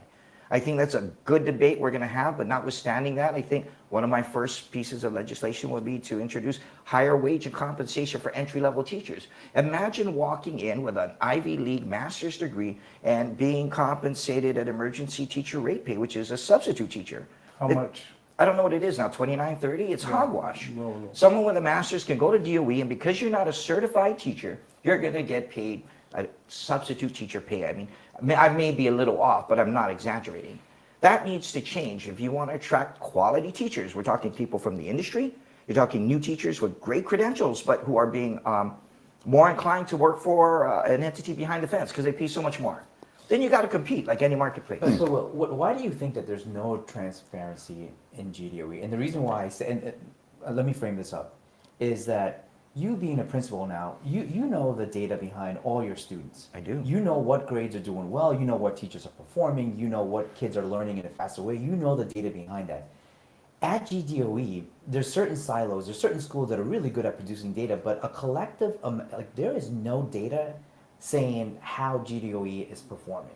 All we're saying is GDOE is not working, but they cannot explain what levels, they'll only say, well, only 30%, but that is not clear data. Why do you think they're not transparent as far as being able to promote that data that they have? So having been the administrator of the Research Planning and Evaluation Division of DOE, I can tell you that there is a lot of data out there. There's a lot. Yep. It depends on who you ask. It depends who has the time to go and actually farm it, to mine it. That was my question. How we farm it. Well, if you have a great administrator, and somebody kept saying leadership throughout this entire... I kept saying. Fuck you. That's number 4, 5. But leadership, and there are great leaders out there in the schools and in the divisions. If you ask the right questions, you should be able to get it because they're required to send those upstream, so to speak, right? Some principals can tell you from memory, some may have to go in and tell you things like persistence rates. And that's a rate when you go from 9th to 10th to 11th to 12th, or graduation rates. But collectively, why doesn't GOE have a dashboard that the public can see and we can say, okay, press a button to say every single kid has, why is the collective, where is that? I mean, why should I have to go in mine and have to ask, if the divisions, like, why isn't this data available for us to see exactly what's going on in the schools? Not to take anything away from Dr. Wampat, but I can tell you it's not the first time I've heard it. I think maybe it just needs to make it to her. She's a new superintendent. For someone who's been in the system for so long and been outside of it and at many levels at the executive branch. Former speaker? Yeah, a former speaker. She's actually very open to new ideas. Believe it or not, I had 3 or 4 conversations about things that would change the paradigm from an outsider coming into the system. So I wouldn't be surprised if she's developing it. But yes, that's a great tool. I would like to see it implemented. As a matter of fact, I hope they do. The consensus right now within the GDO system about the new superintendent is the fact that she is not listening to the people that are actually in the front lines.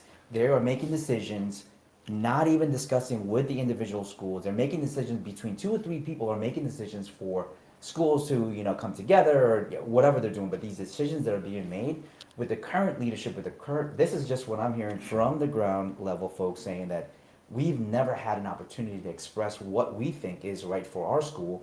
And these decisions are being made by 2 or 3 people within that little, circle of trust.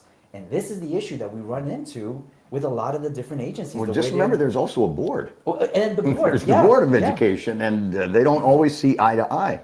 And historically, there has been marked division between the board and their recommendations and their desires. And the superintendent of education. So to be fair, I don't know that to be true. What I do know is when they first came on board, I actually ran into the deputies at maybe 2 different occasions. They were going into the field, maybe because they were new, I don't know. But if the communication is broken somewhere, I don't know that. I'm not in their business on a daily basis. I think it is. But I can also tell you other things, what the department can do to operate a little more efficiently, right? So if I have the privilege of being elected, I like to make a bold statement and put it out there that 1/3 of all non-essential teaching services need to be outsourced right off the bat. And that's not to, again, it's not taking anything away from the administrative support services that exist. What I am proposing is that those not central to teaching and learning, and this is coming from an educator, a practicing educator as well, okay? If it's not central, outsource it, because you can unilaterally terminate for cause when the service is not being provided in a way that satisfies you. We outsource a lot of our services. We use contractuals in the charter school system, and it served us well. Now, maybe I'll get pinched in the audit because I didn't go out and wait and have 3 quotes or RFP it properly, but under a certain amount, I can do certain things. I can get my grass cut for a certain amount of money. I can insource things and add additional compensation because I have that latitude. But what happens when people lose zeal? When they feel that they can't operate or don't have to operate? They don't have to operate. I was there. I was a classified employee. Okay, so when you feel you don't have to operate, this classification system works for a reason. Certain union agreements and provisions of those agreements are designed to protect the employee from being abused. But what about the employee who doesn't take the initiative to do the right thing? Now, this is not specific to DOE. This is everywhere, throughout the government and even in the private sector. The difference is how we deal with it, Jeff. You know that, you're private sector people. In the charters, it's like that. We're looking for that kind of employee who takes the initiative to be there for your kids on a paddling day. Yes, we don't pay you to go to a meet, or we'd be bankrupt to go to a basketball game or a paddling meet. But those who do, we love you more because the kids depend on that moral support. And I want to touch a little bit about hardening your telecommunications infrastructure. This was a great lesson as a principal that I'm going to push for the hardening of schools.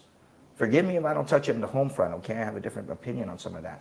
But hardening the schools should be essential because second from their home, where do families congregate? Who do you rely upon? You rely upon the school. I opened my school as soon as it was safe. I didn't have island power. God was great, and the teams that put power together in the Hoggett, greater Hoggett area, thank you, and God bless you, GPA and the mayor of Hoggett and the vice mayor. But we were prepared to conduct business operations without island power. which means we were able to open the windows and the doors like we did when I was in middle school. And when I went to public school all my life, notwithstanding, I don't know who was commenting that I may have been raised with privilege, but we can even define that further. I don't know, you're smooth and all this was off camera stuff, right? My gosh, and they didn't tell you. Anyway, so I'm the son of by the way, as an aside, I'm the son of a customs officer and a full-time homemaker. I grew up in a low middle class family, and we were happy and we're doing fine. And my kids are doing great, thanks to my parents upbringing that very conservative family home with traditional Chamorro values. But back to my point, we can learn with the doors open and the windows open within reason. And I even extended the privilege for the kids to stay home with the parental consent or guardian consent if you are uncomfortable. But learning must continue regardless of where you're at. And now, looking at the 39th, and once you get elected, it's a drastic change, right? I mean, almost, if you look at everybody's almost getting wiped out of the 38th, right? I mean, it's flushing sound. So I mean, you do come with a background, right? And you've been in leadership positions within government. You've also been a chief of staff. I mean, you've seen both ends, from a policy, from receiving the hits, frontline, executing. But now, I mean, going into a potential 39th where a lot of the folks are going to be fresh new faces. Are you excited about that? I am. I'm excited at the prospect of serving in a Republican majority. I was the minority caucus leader in the Republican minority. And I'm also looking forward to the opportunity to bring my voice to the table regardless of partisan affiliation. When I was a freshman senator, I made every attempt to be as diplomatic and as much of a statesman as practical. And my experience as chief of staff, you talk about hardening, that hardened me to the max. And you can go ahead and prod about that, so I'm sure it's coming. But I'm going into the legislature with a firm voice about education, about persons with disabilities, about the revitalization of my Chamorro language and culture, and the Manamko, youth recreation and sports. I'll give you one for recreation and sports. I want to mainstream traditional sports like paddling, which is already part of high school interscholastic. What about slinging and fishing? And what about certain types of grappling that has been evidenced? I don't know enough about that to speak intelligently about it, but paddling, slinging, and fishing, just as important as American football and European soccer. That's on my agenda for change. One suggestion for you, you were talking about hardening the schools, and it's almost every day a pump will go south with GWA near a school, and we'll get an announcement that says the kids are being let out early. Years ago, there used to be a thing where the schools had water tanks. So when the pumps stopped, they could still flush, they could still wash their hands. They didn't have to shut the schools down. And I think that's something that we should revisit. It's a big one, really, because that happens all the time. We got to let the kids out. Well, there's nobody to watch them. You're going to let them out. Exactly. Put everybody at inconvenience. And to be frank, many of these kids would rather be at schools anyway because of the socialization. It's just as important as textbook studying, right, or access to online material. So, Ray, that wasn't even on the agenda necessarily, but I'll put it in there. I think what he's talking about are water cisterns, where you catch water catchment systems in some jurisdictions, Puerto Rico, American Samoa. They still practice that, and it's a great alternative source of water, clean water, as a matter of fact, even for non-potable use, like flushing the toilets and washing your hands. But we always should have access, as we do at our school, to filtered drinking water if that's your preference, and or filtered water in times of distress or disaster preparedness. So that's a great contribution. It's not intentionally left it out. It just wasn't. No, it's Wally Tranowski, the late Wally Tranowski at Tanks a Lot. I think he was one of the guys that would build these kind of, what's the word, boilerplate. Here's the tank, and here's the water lines that come into it, and there's the water lines that go out, and there's a little pump mechanism that runs, if it's got electricity. And they over at Carbolito, where I used to live, they had a big couple of tanks there. Yeah, so that's some of the things. I have a couple more, though, and this is to provide relief to families in the private school systems as well.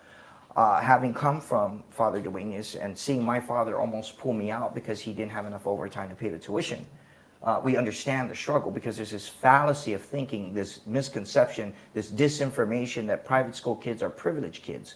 I don't necessarily agree with that. I've taught at St. John's. I'm a Father Duenas private school graduate. But we struggled. My father struggled for that. I had to sell my car when I was when I was an elected official at the time, making only $55,000, so that I could pay my son's tuition and fees to get his actual diploma on his graduation day.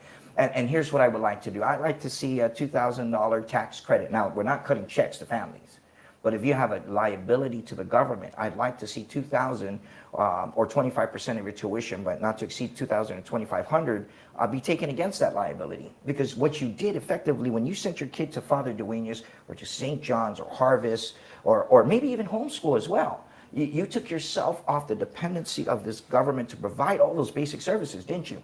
You still got to give your piece so that society can carry on. There is a role for state education, but it's not the only role. I refuse to accept that. And I refuse to let parents continue to suffer and carry the bane of people thinking that because you send your kid to Father Duenas, that's you elect to do that, and so you forfeit your $13,500 to the people. No. I would love to see a tax credit. I also want to introduce a bill that doesn't exist in this fashion, where you get a dollar for dollar credit up to a certain amount if you donate to the schools. Not to DOE or the foundation, to the school directly. And by the way, teachers, educators, defined loosely right now as principals, administrators, teachers in the classrooms, and or certain types of aides. Another $2,000 tax reprieve, because we spend a lot of money, believe it or not, for those kids who can't eat. We know who they are. Or we buy our own chalk. Yeah, we still use some chalk. We used to use some dry erase board markers. We still paint our own schools. And so a tax rebate to those companies that you were referring to as. I totally agree with you, because I went to GW, graduated many years ago, but I have sent my children and all my grandchildren to either Notre Dame or Father Duenas, and still I'm paying tax for education. It's that way back, it was like $8,000 a year is what they said we're paying for public education, right? Oh, but they get to use the school bus. They get to use the Guam school bus. That's so nice, those beautiful buses. And that's another thing. SPED, Special Education Services. First of all, they try their best to do their best. No taking away from them. But there's certain bureaucratic hurdles that they have to overcome to even make it to my classroom. There are many challenges. I'll give you one. When the SPED buses went down, my deaf and hard of hearing students couldn't be transported from home to the bus station to my school because I don't know what happened to the van or the bus. What I do know is for almost 2 weeks they couldn't be transported. So guess what our teachers did? And I'm sure we probably broke a regulation because we shouldn't be transporting our kids. We said, to hell with that. Thankfully, the Deaf Hard of Hearing Academy teachers and interpreters went out and picked up their kids.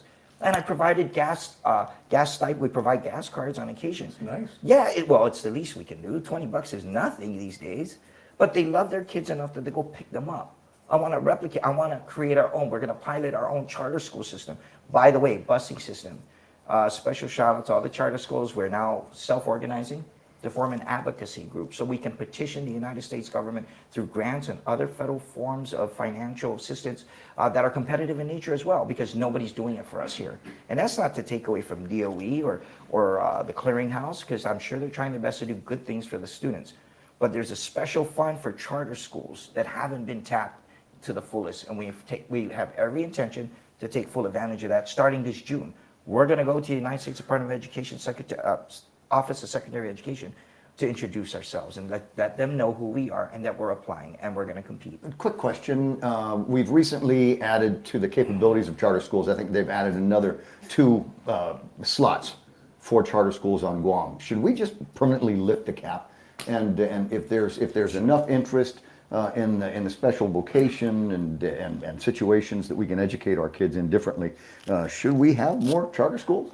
Ideally, yes. If all pistons were firing, I think what needs to happen so we don't become the victim of our own successes is we need to have that holistic approach to education, to sit down at the table and find out which schools are doing what well and what's failing, because we don't want to be that monolithic entity that doesn't report or that has gaps that we're not tracking.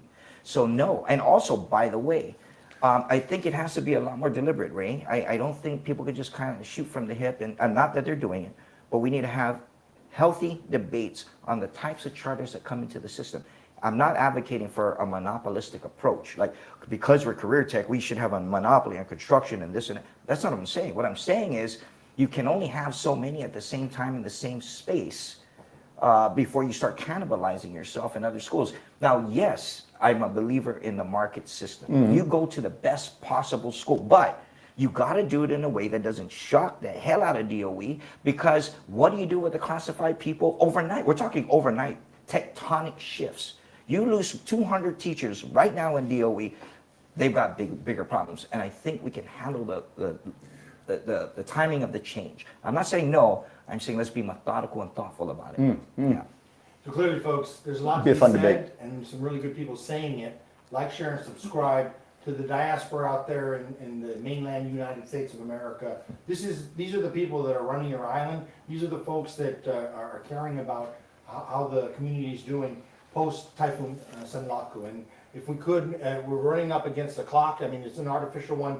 If you want more of this, come down to the restaurant, and we'll continue the conversation. But before Senator Castro has to go out there and probably cut the grass down at the charter school. That's not far from the truth. No, I know it's not. So this guy literally walks the walk. You know, he doesn't just talk this good. If you're wondering how to get your kids to be able to be this eloquent, to be this presentable in public, have them join the Youth Congress, because I think he might have been a Youth Congress guy. There you go. See, I told you he had these misconceptions, and that's different. No, I was in a youth. I wish Well, I you're wearing had. shiny shoes. I'm still paying for them. I'm hoping to return them before 12 back to Macy's, so I get my money back. Oh, that's what my wife does. Right? I just bought it for the moment. No, yeah, actually, no, I didn't. I wasn't in Youth Congress. The closest I got Did it. you get elected? That's okay. That's okay.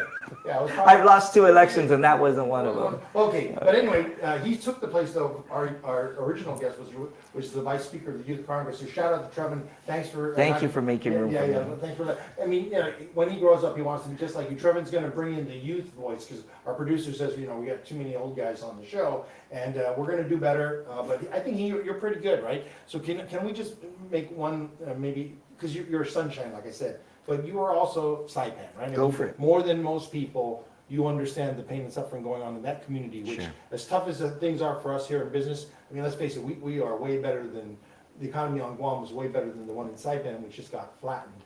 And so they're going through their own motions to recover, and Will knows more about it than most of us in studio, just because he was intimately involved with the government. Sure. That being said, you know, typhoons teach us how to be homeless, right? We all prepare for our roofs potentially to fail, or our buildings. We act like something terrible is going to happen, and then usually it doesn't. But it's only because of the hard work of everybody at home.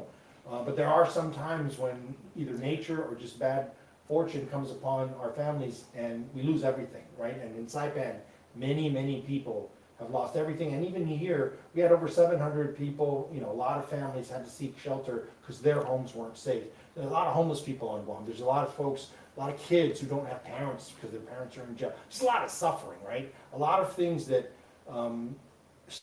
you. And so there's the idea that then there's the have-nots and the haves. And a lot of people running for office are being labeled with this. You know, you've had it easy. Jeff makes it really clear that he didn't have it easy from the day he arrived on Guam with one leg, because he had broken his leg. So Jeff's never had it easy, even when he was getting beat up at the bus stop in Agate or Santa Rita, wherever the hell he was going to school. But this young man who everybody's impressed with now, and vote for Will Castro for senator. Hey, you know what's going to happen if they vote for Will?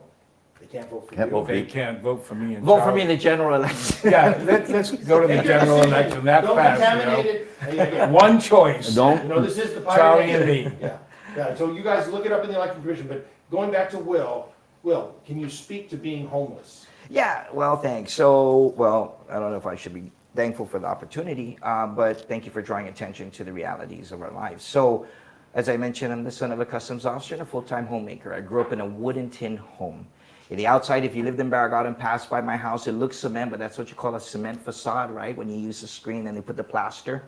But when the house burned down after 16 and a half years that my father built with his bare hands, I experienced what it was like to be homeless for quite a bit. And it was during the strings of the 5 super typhoons, right out of FD. I started out in as accounting major, and I went to the leadership at the time, and I said, hey, I just lost my house. My father's he's not holding it together right now. Is there anything you can do to provide financial assistance? And believe it or not, I got this cold response. We just don't have programs for people like you. And I think that kind of pissed me off and forced me into public advocacy. And I started a student organization called E40, and with the sole purpose of providing general assistance and humanitarian aid to people like me, but for programs that didn't exist for people like me. And so when I was teaching and when I was a senator, I was very sensitive to home fires because people are so comfortable in their lives that you can drive right by a plume of smoke and not think twice that an entire family has been wiped out. We lost almost everything. I don't have a single photo of me since childhood after high school. And so the trauma associated with that really develops character. And I'm not asking for you to hear me so that you can give me your pity, more than it would shed a different perspective on how you may see me as a person, and not coming from a theoretical, very articulate, theoretical background on what it might be to suffer. Every one of us has gone through some type of suffering. That was just one of those things. And government services. No, but I was sending you up. I hate to break it to you. This, yeah, go for it. I'm waiting for it. So you also were the governor's appointee to the Guam Hospital when it was in a state of emergency, right? Sure. So they sent you down there with great fanfare, and you were going to go fix their economics, which, by the way, I mean, their skilled nursing unit is a mess, money loser. Only half of it servicing the Manamku, the people you love. But more to the point, at that point, there was calls for that place to go under federal receivership. Sure. So you and a board appointed, I think, by Governor Eddie Calvo, was that right? Yes. Yeah, Governor Calvo sent you down there, and then you arrived into a building that did not meet local fire code. Sure. It essentially was a fire trap. And if the babies in Guam were born into a fire trap and that place went on fire, which it has now gone on fire 4 times, Senator Castro, since Mawa. Sure. During the last big storm, it had 2 fires right beneath the Obi Ward. So, sir, you as a home fire survivor, can you say something that can make me feel better about the fact that Governor Lulian Guro and Josh Noyo perpetuate the fire trap, which is the Guam Memorial Hospital? Can you speak to me as a citizen? How am I supposed to feel? What can I do so that I can wake up tomorrow morning feeling better? I'm hoping the next crop of legislators have the fortitude to move forward on the existing footprint. Dr. Akimoto is correct. I was appointed by Governor Calvo to serve as an outside person looking in and come up with a corrective action plan that would help address some of the issues facing GMH at the time. The prevailing issue at the time was the perennial $23.5 million of liabilities or cash shortfall. And there are many reasons for that. We can have a whole show on that. And I'm not an expert, but I can share what little I learned just as a layperson. What I can assure the people of Guam is that there's a strategic plan. There are multiple master plans from administrations past. And I think the one that the hospital had at the time was a good one. It was a good one to adopt solar. It was a good one to develop the property across the hospital into a multi-level parking with solar so that there'll be sufficient parking. But the most important part to me was the demolition of the Z-Wing and the reconstruction of this building called the Z-Wing. And to the common folk like me, what that meant was you can literally go across a line, in this case a corridor, into a building that was designated to provide specialized medical services. Now, why is that important? It's important because the Medicaid, Medicare system, the way it operates is you can only have so much money be reimbursed by the federal government in emergency care, right? And then you literally have to check them out and do an outpatient service intake. Forgive me if I'm getting this all wrong, but let me just recap this from a lay person's perspective. Literally going from this bed, hospital bed, emergency, to the next room to get specialized care so that you can continue to receive a reimbursement rate of so much from the federal government. But as a community, as a government, we didn't do that. And so we're forfilling tens of millions, in my opinion, as Medicaid. Am I wrong? No, this is where we're always going to disagree, right? Okay, because you're that's so fine. smart and you're apparently an accounting major, so that's brilliant. Almost. I'm sure our I'm a investors teacher. love what you just said. I'm a teacher. But, okay, you're a teacher now.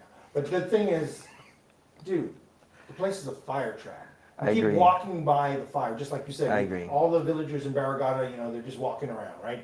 Meanwhile, your house is on fire. Sure. The fucking hospital's on fire, buddy.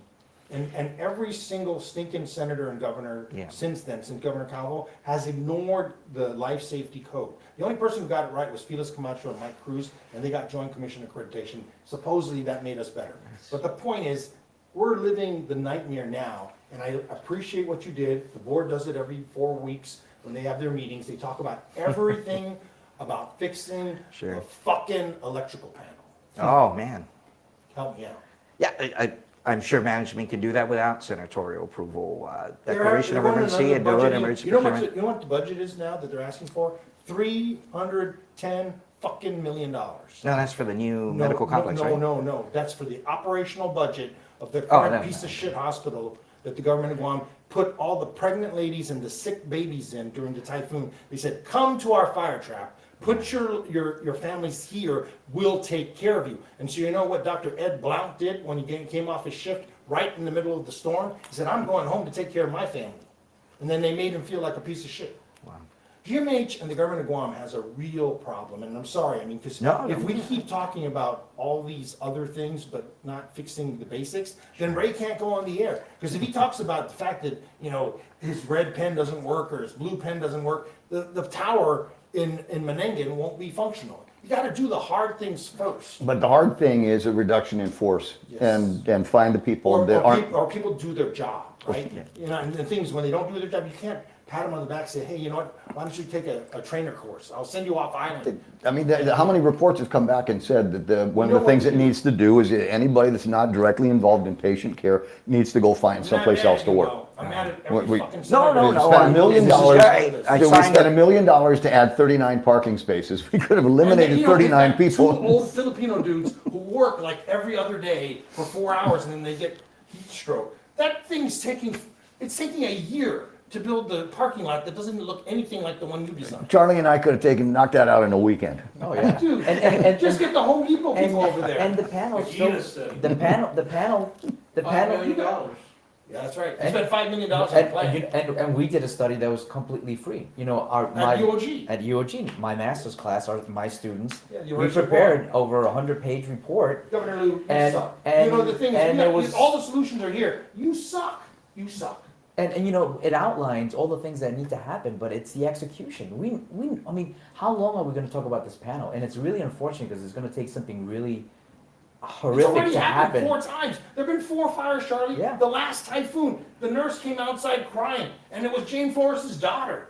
Since You know, 2018. you know, that's the thing. We have so, it is a, I like it though, because every show, I get to say, fuck you. Hey, well, that's 12. And it is past Keeping 12. track at home? I have a lunch day. You know, everything about this show is setting new records, including the time that we're going to finally sign off. So maybe, are we going to still dance? Or are we going to play the game? We might have to There's a cut some game? of that out. Yes. There's But a I think game? we should dance, because these 2 guys can dance. There's a Okay, game. We'll go to play the game, and we'll be just brief, and then we'll go to, does you guys? No. He's just here for the hamburger. Okay. The Wagyu burger. Thank you. Okay, so we're gonna play the game, and for those of you, Sorry, buddy. No, don't, that's fine. You're gonna have to dance. Oh, Next to okay. Charlie, who is our best dancer, and so you should. I don't wear funny hats or dance. Did you notice I'm wearing one here? I noticed, yes, thank you. You look good in that. Thank you very much. I want you to wear that on the Hey, air all thanks, the time buddy. when I'm watching you. okay, so for everyone who is listening on Still internet listening. land, you can go to hafahour.com to play the +1 and -1 game. The whole point of this entire game is to give any candidate, whether you're a gubernatorial candidate or a senatorial candidate or you're running for Board of Education, the point is to give a +1 or -1 every week based on performance. Everyone here on this panel will choose a +1 person, just one candidate, and a -1, and explain why you've chosen that person for the week, so that Guam can understand why it's important to vote and how to think about the voting process. So wait a minute, did you just open it up to everything, so we don't have to just stick with the gubernatorial? No, but we're still sticking with the Okay, so we're still gonna do the gubernatorial. gubernatorial until we get. Where's the pictures of the candidates? Well, I think we're running out of time, so we'll just say it, Okay, and then sige, people can sige, imagine sige. your face, right? So Jeff, you wanna go first? Okay, I'm gonna give my +1 to me and Charlie because we're happy to serve you and we want your vote. And I've had so many people come here and tell me they are so tired of politics on Guam. They are so pleased we're running. And I told them, I said, you know, you can only vote for us. You can't vote for senators, even though I really like you, Will.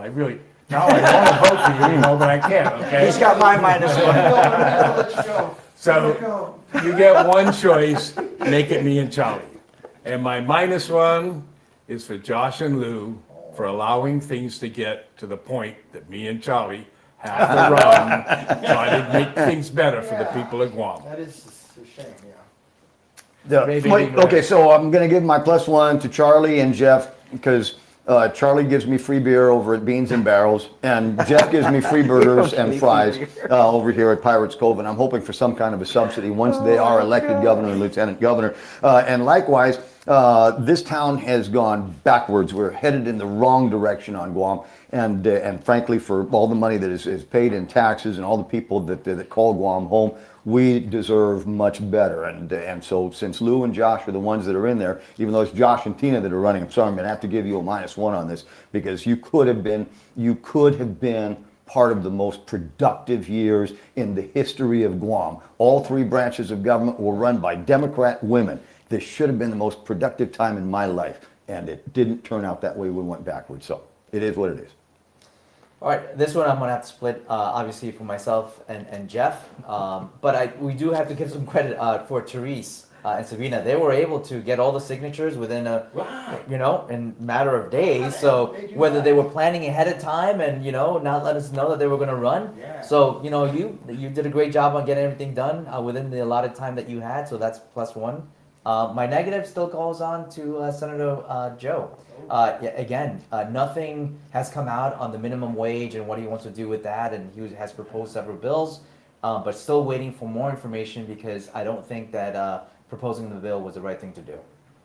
Unnecessary. Unnecessary. My turn? Yes, sir. My +1 goes out to the elected officials and leaders who went to at least one interscholastic sport game, whether it was paddling or beach volleyball or pickleball. I have several examples. Senator Toniana, thank you for going to pickleball. That was great to see you. Someone sent me a picture. My -1 is to all the politicians who talk a lot of game, who haven't stepped foot on the court, not once, to watch our kids or my kids perform in front of their parents and the entire community, making a difference for themselves. So to all the politicians who talk big game but haven't been to one interscholastic sport, shame on you. My -1 is to Lou and Josh. I mean, this is your second super typhoon, and this was a banana typhoon. The real damage happened to our neighbors to the north, and thank you for at least offering to help them. Now, do better than what you do here, because a lot of times you promise us the moon and you give us nothing. So if you're going to go down to Saipan and bless them with your platitudes, you also need to help them out. And we already see other candidates doing that. I haven't heard anything about Josh and Tina or Joe St. Augustine and Santa Claus bringing any relief to the people of Saipan and the CNMI. So we hope that Josh and Lou will find a different way to be productive in the last couple of months of their term. My +1 is to Jeff and Charlie. I mean, these guys are really working hard, and they're really putting their entire lives and their careers on the line. They've opened up their stores for you to come down and meet with them, find out why they seriously are doing this. This is not an April Fool's joke. We are definitely supporting an independent gubernatorial team that will do a lot of the things that Lou and Josh said they couldn't do, wouldn't do, haven't done. So if you think Jeff is just a pretty face, this dude has some really big ideas on how to run the government of Guam. And if Jesse Ventura can do it in Minnesota, if Arnold Schwarzenegger can do it in California, then I think Jeff Pleadwell, Charlie Hermosa definitely can do it in the territory of Guam. And I'm pretty sure Donald Trump's going to support what they're doing. Well, he likes pirates now, Yes, right. It's part of the pirate nation. He's been called a pirate by the Iranians. We are legion. Okay, the biggest question on everyone's mind. Have you guys all heard the song? And are you ready to dance? Any important comments though? I haven't heard the song. Okay, thank you, Charlie. Yes. Thank you. We have Katrina. Hi, Katrina. She says, she said no to Will Castro. I think Will Castro has some bad baggage. Let's not be misogynistic. Is that girl from Saipan? Yeah. Sorry, Will. Sorry, Will. No, we try to tell them not to watch. We put it's transparent. That's so- okay. And actually, Katrina would be the best person for you to talk to. Absolutely. No, sometimes it's better just to... No, she doesn't really want you to talk, she just wants a hug. Okay, She and doesn't need a then lecture. we actually have a lot of people in the comments. They were actually going, Steve Lazama said, all of it, or Steve Amagwin said all of it, and they should stop using our schools as shelters. build an enclosed gymnasium, possibly equivalent to a fallout shelter, and can be used as shelters during the storm.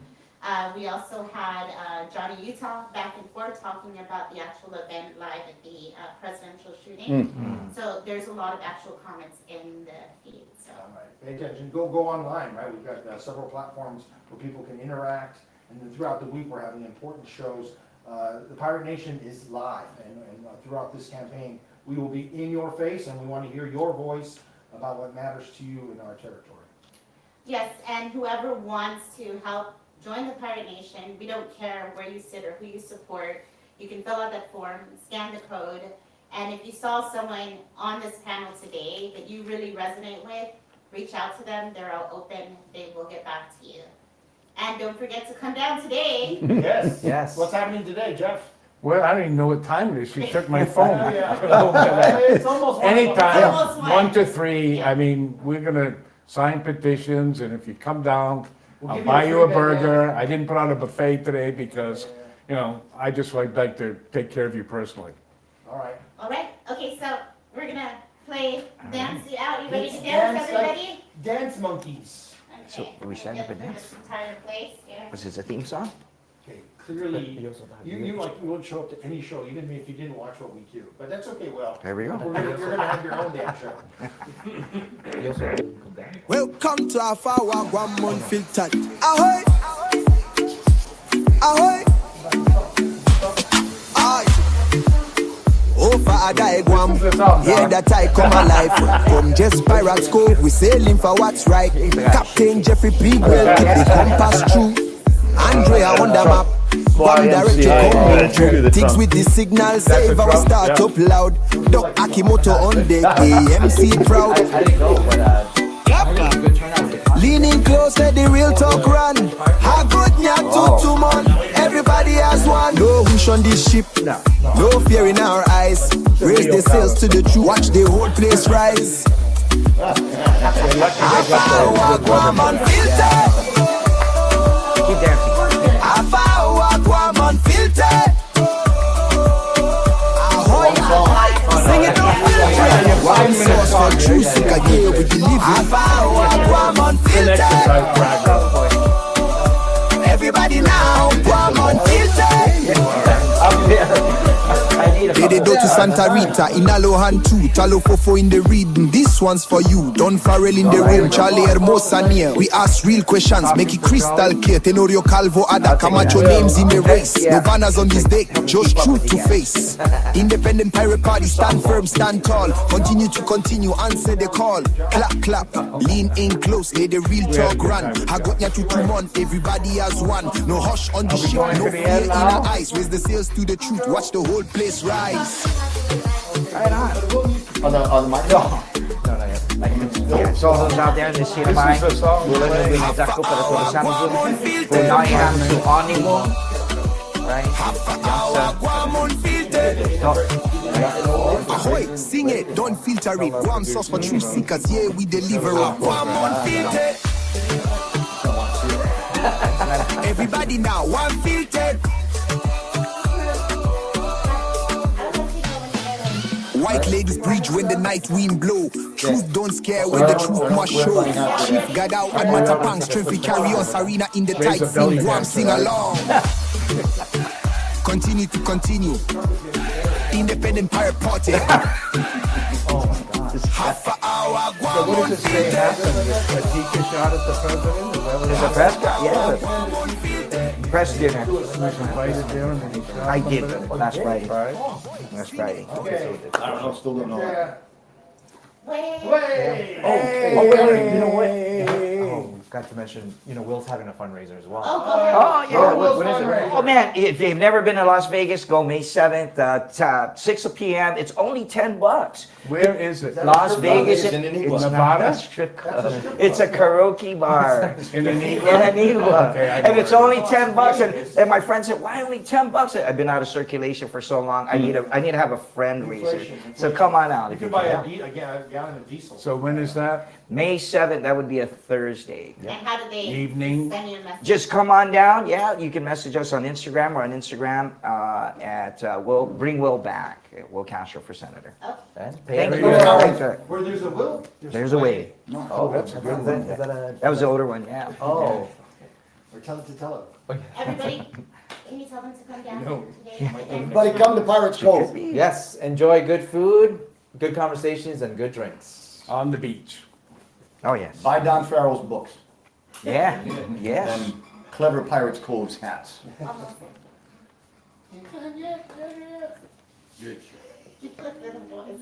was fun. That was a hot show. Great show. Thank you for coming. That was hot, boy. Now, earlier you missed out. Way Crazy. That was Shake fun. hands. It's a great platform.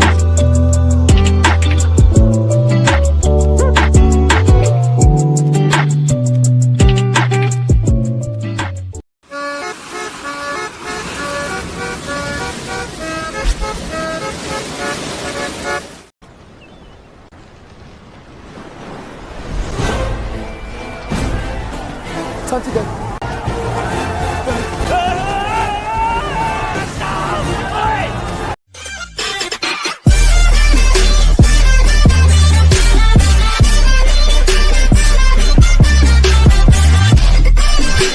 A few moments later. 10, 9, 8, 7, 6, 5, 4, 3, 2, 1.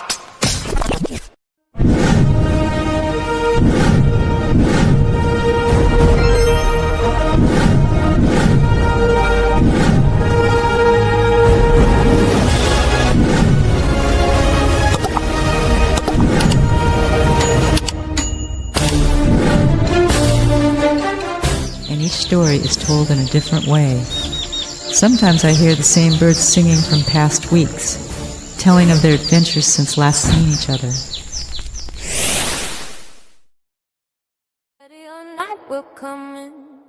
Hafa Hour, Guam, Unfiltered. Ahoy! Ahoy! Aye!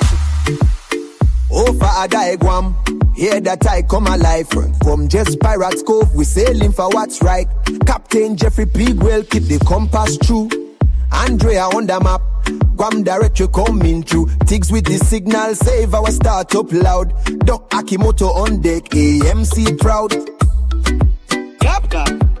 Leaning close, let the real talk run. How good nya to man. Everybody has one. No wish on this ship. No fear in our eyes. Raise the sails to the truth. Watch the whole place rise.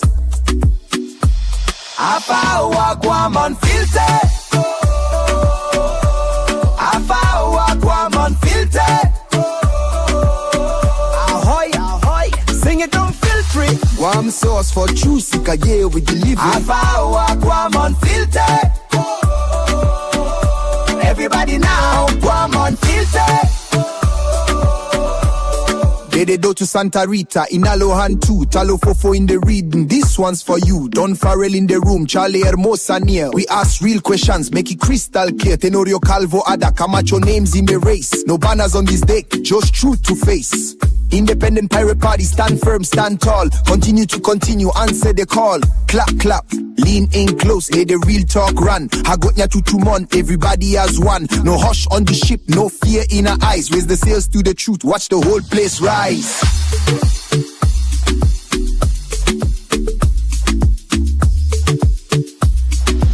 Hafa Hour, Guam, Unfiltered.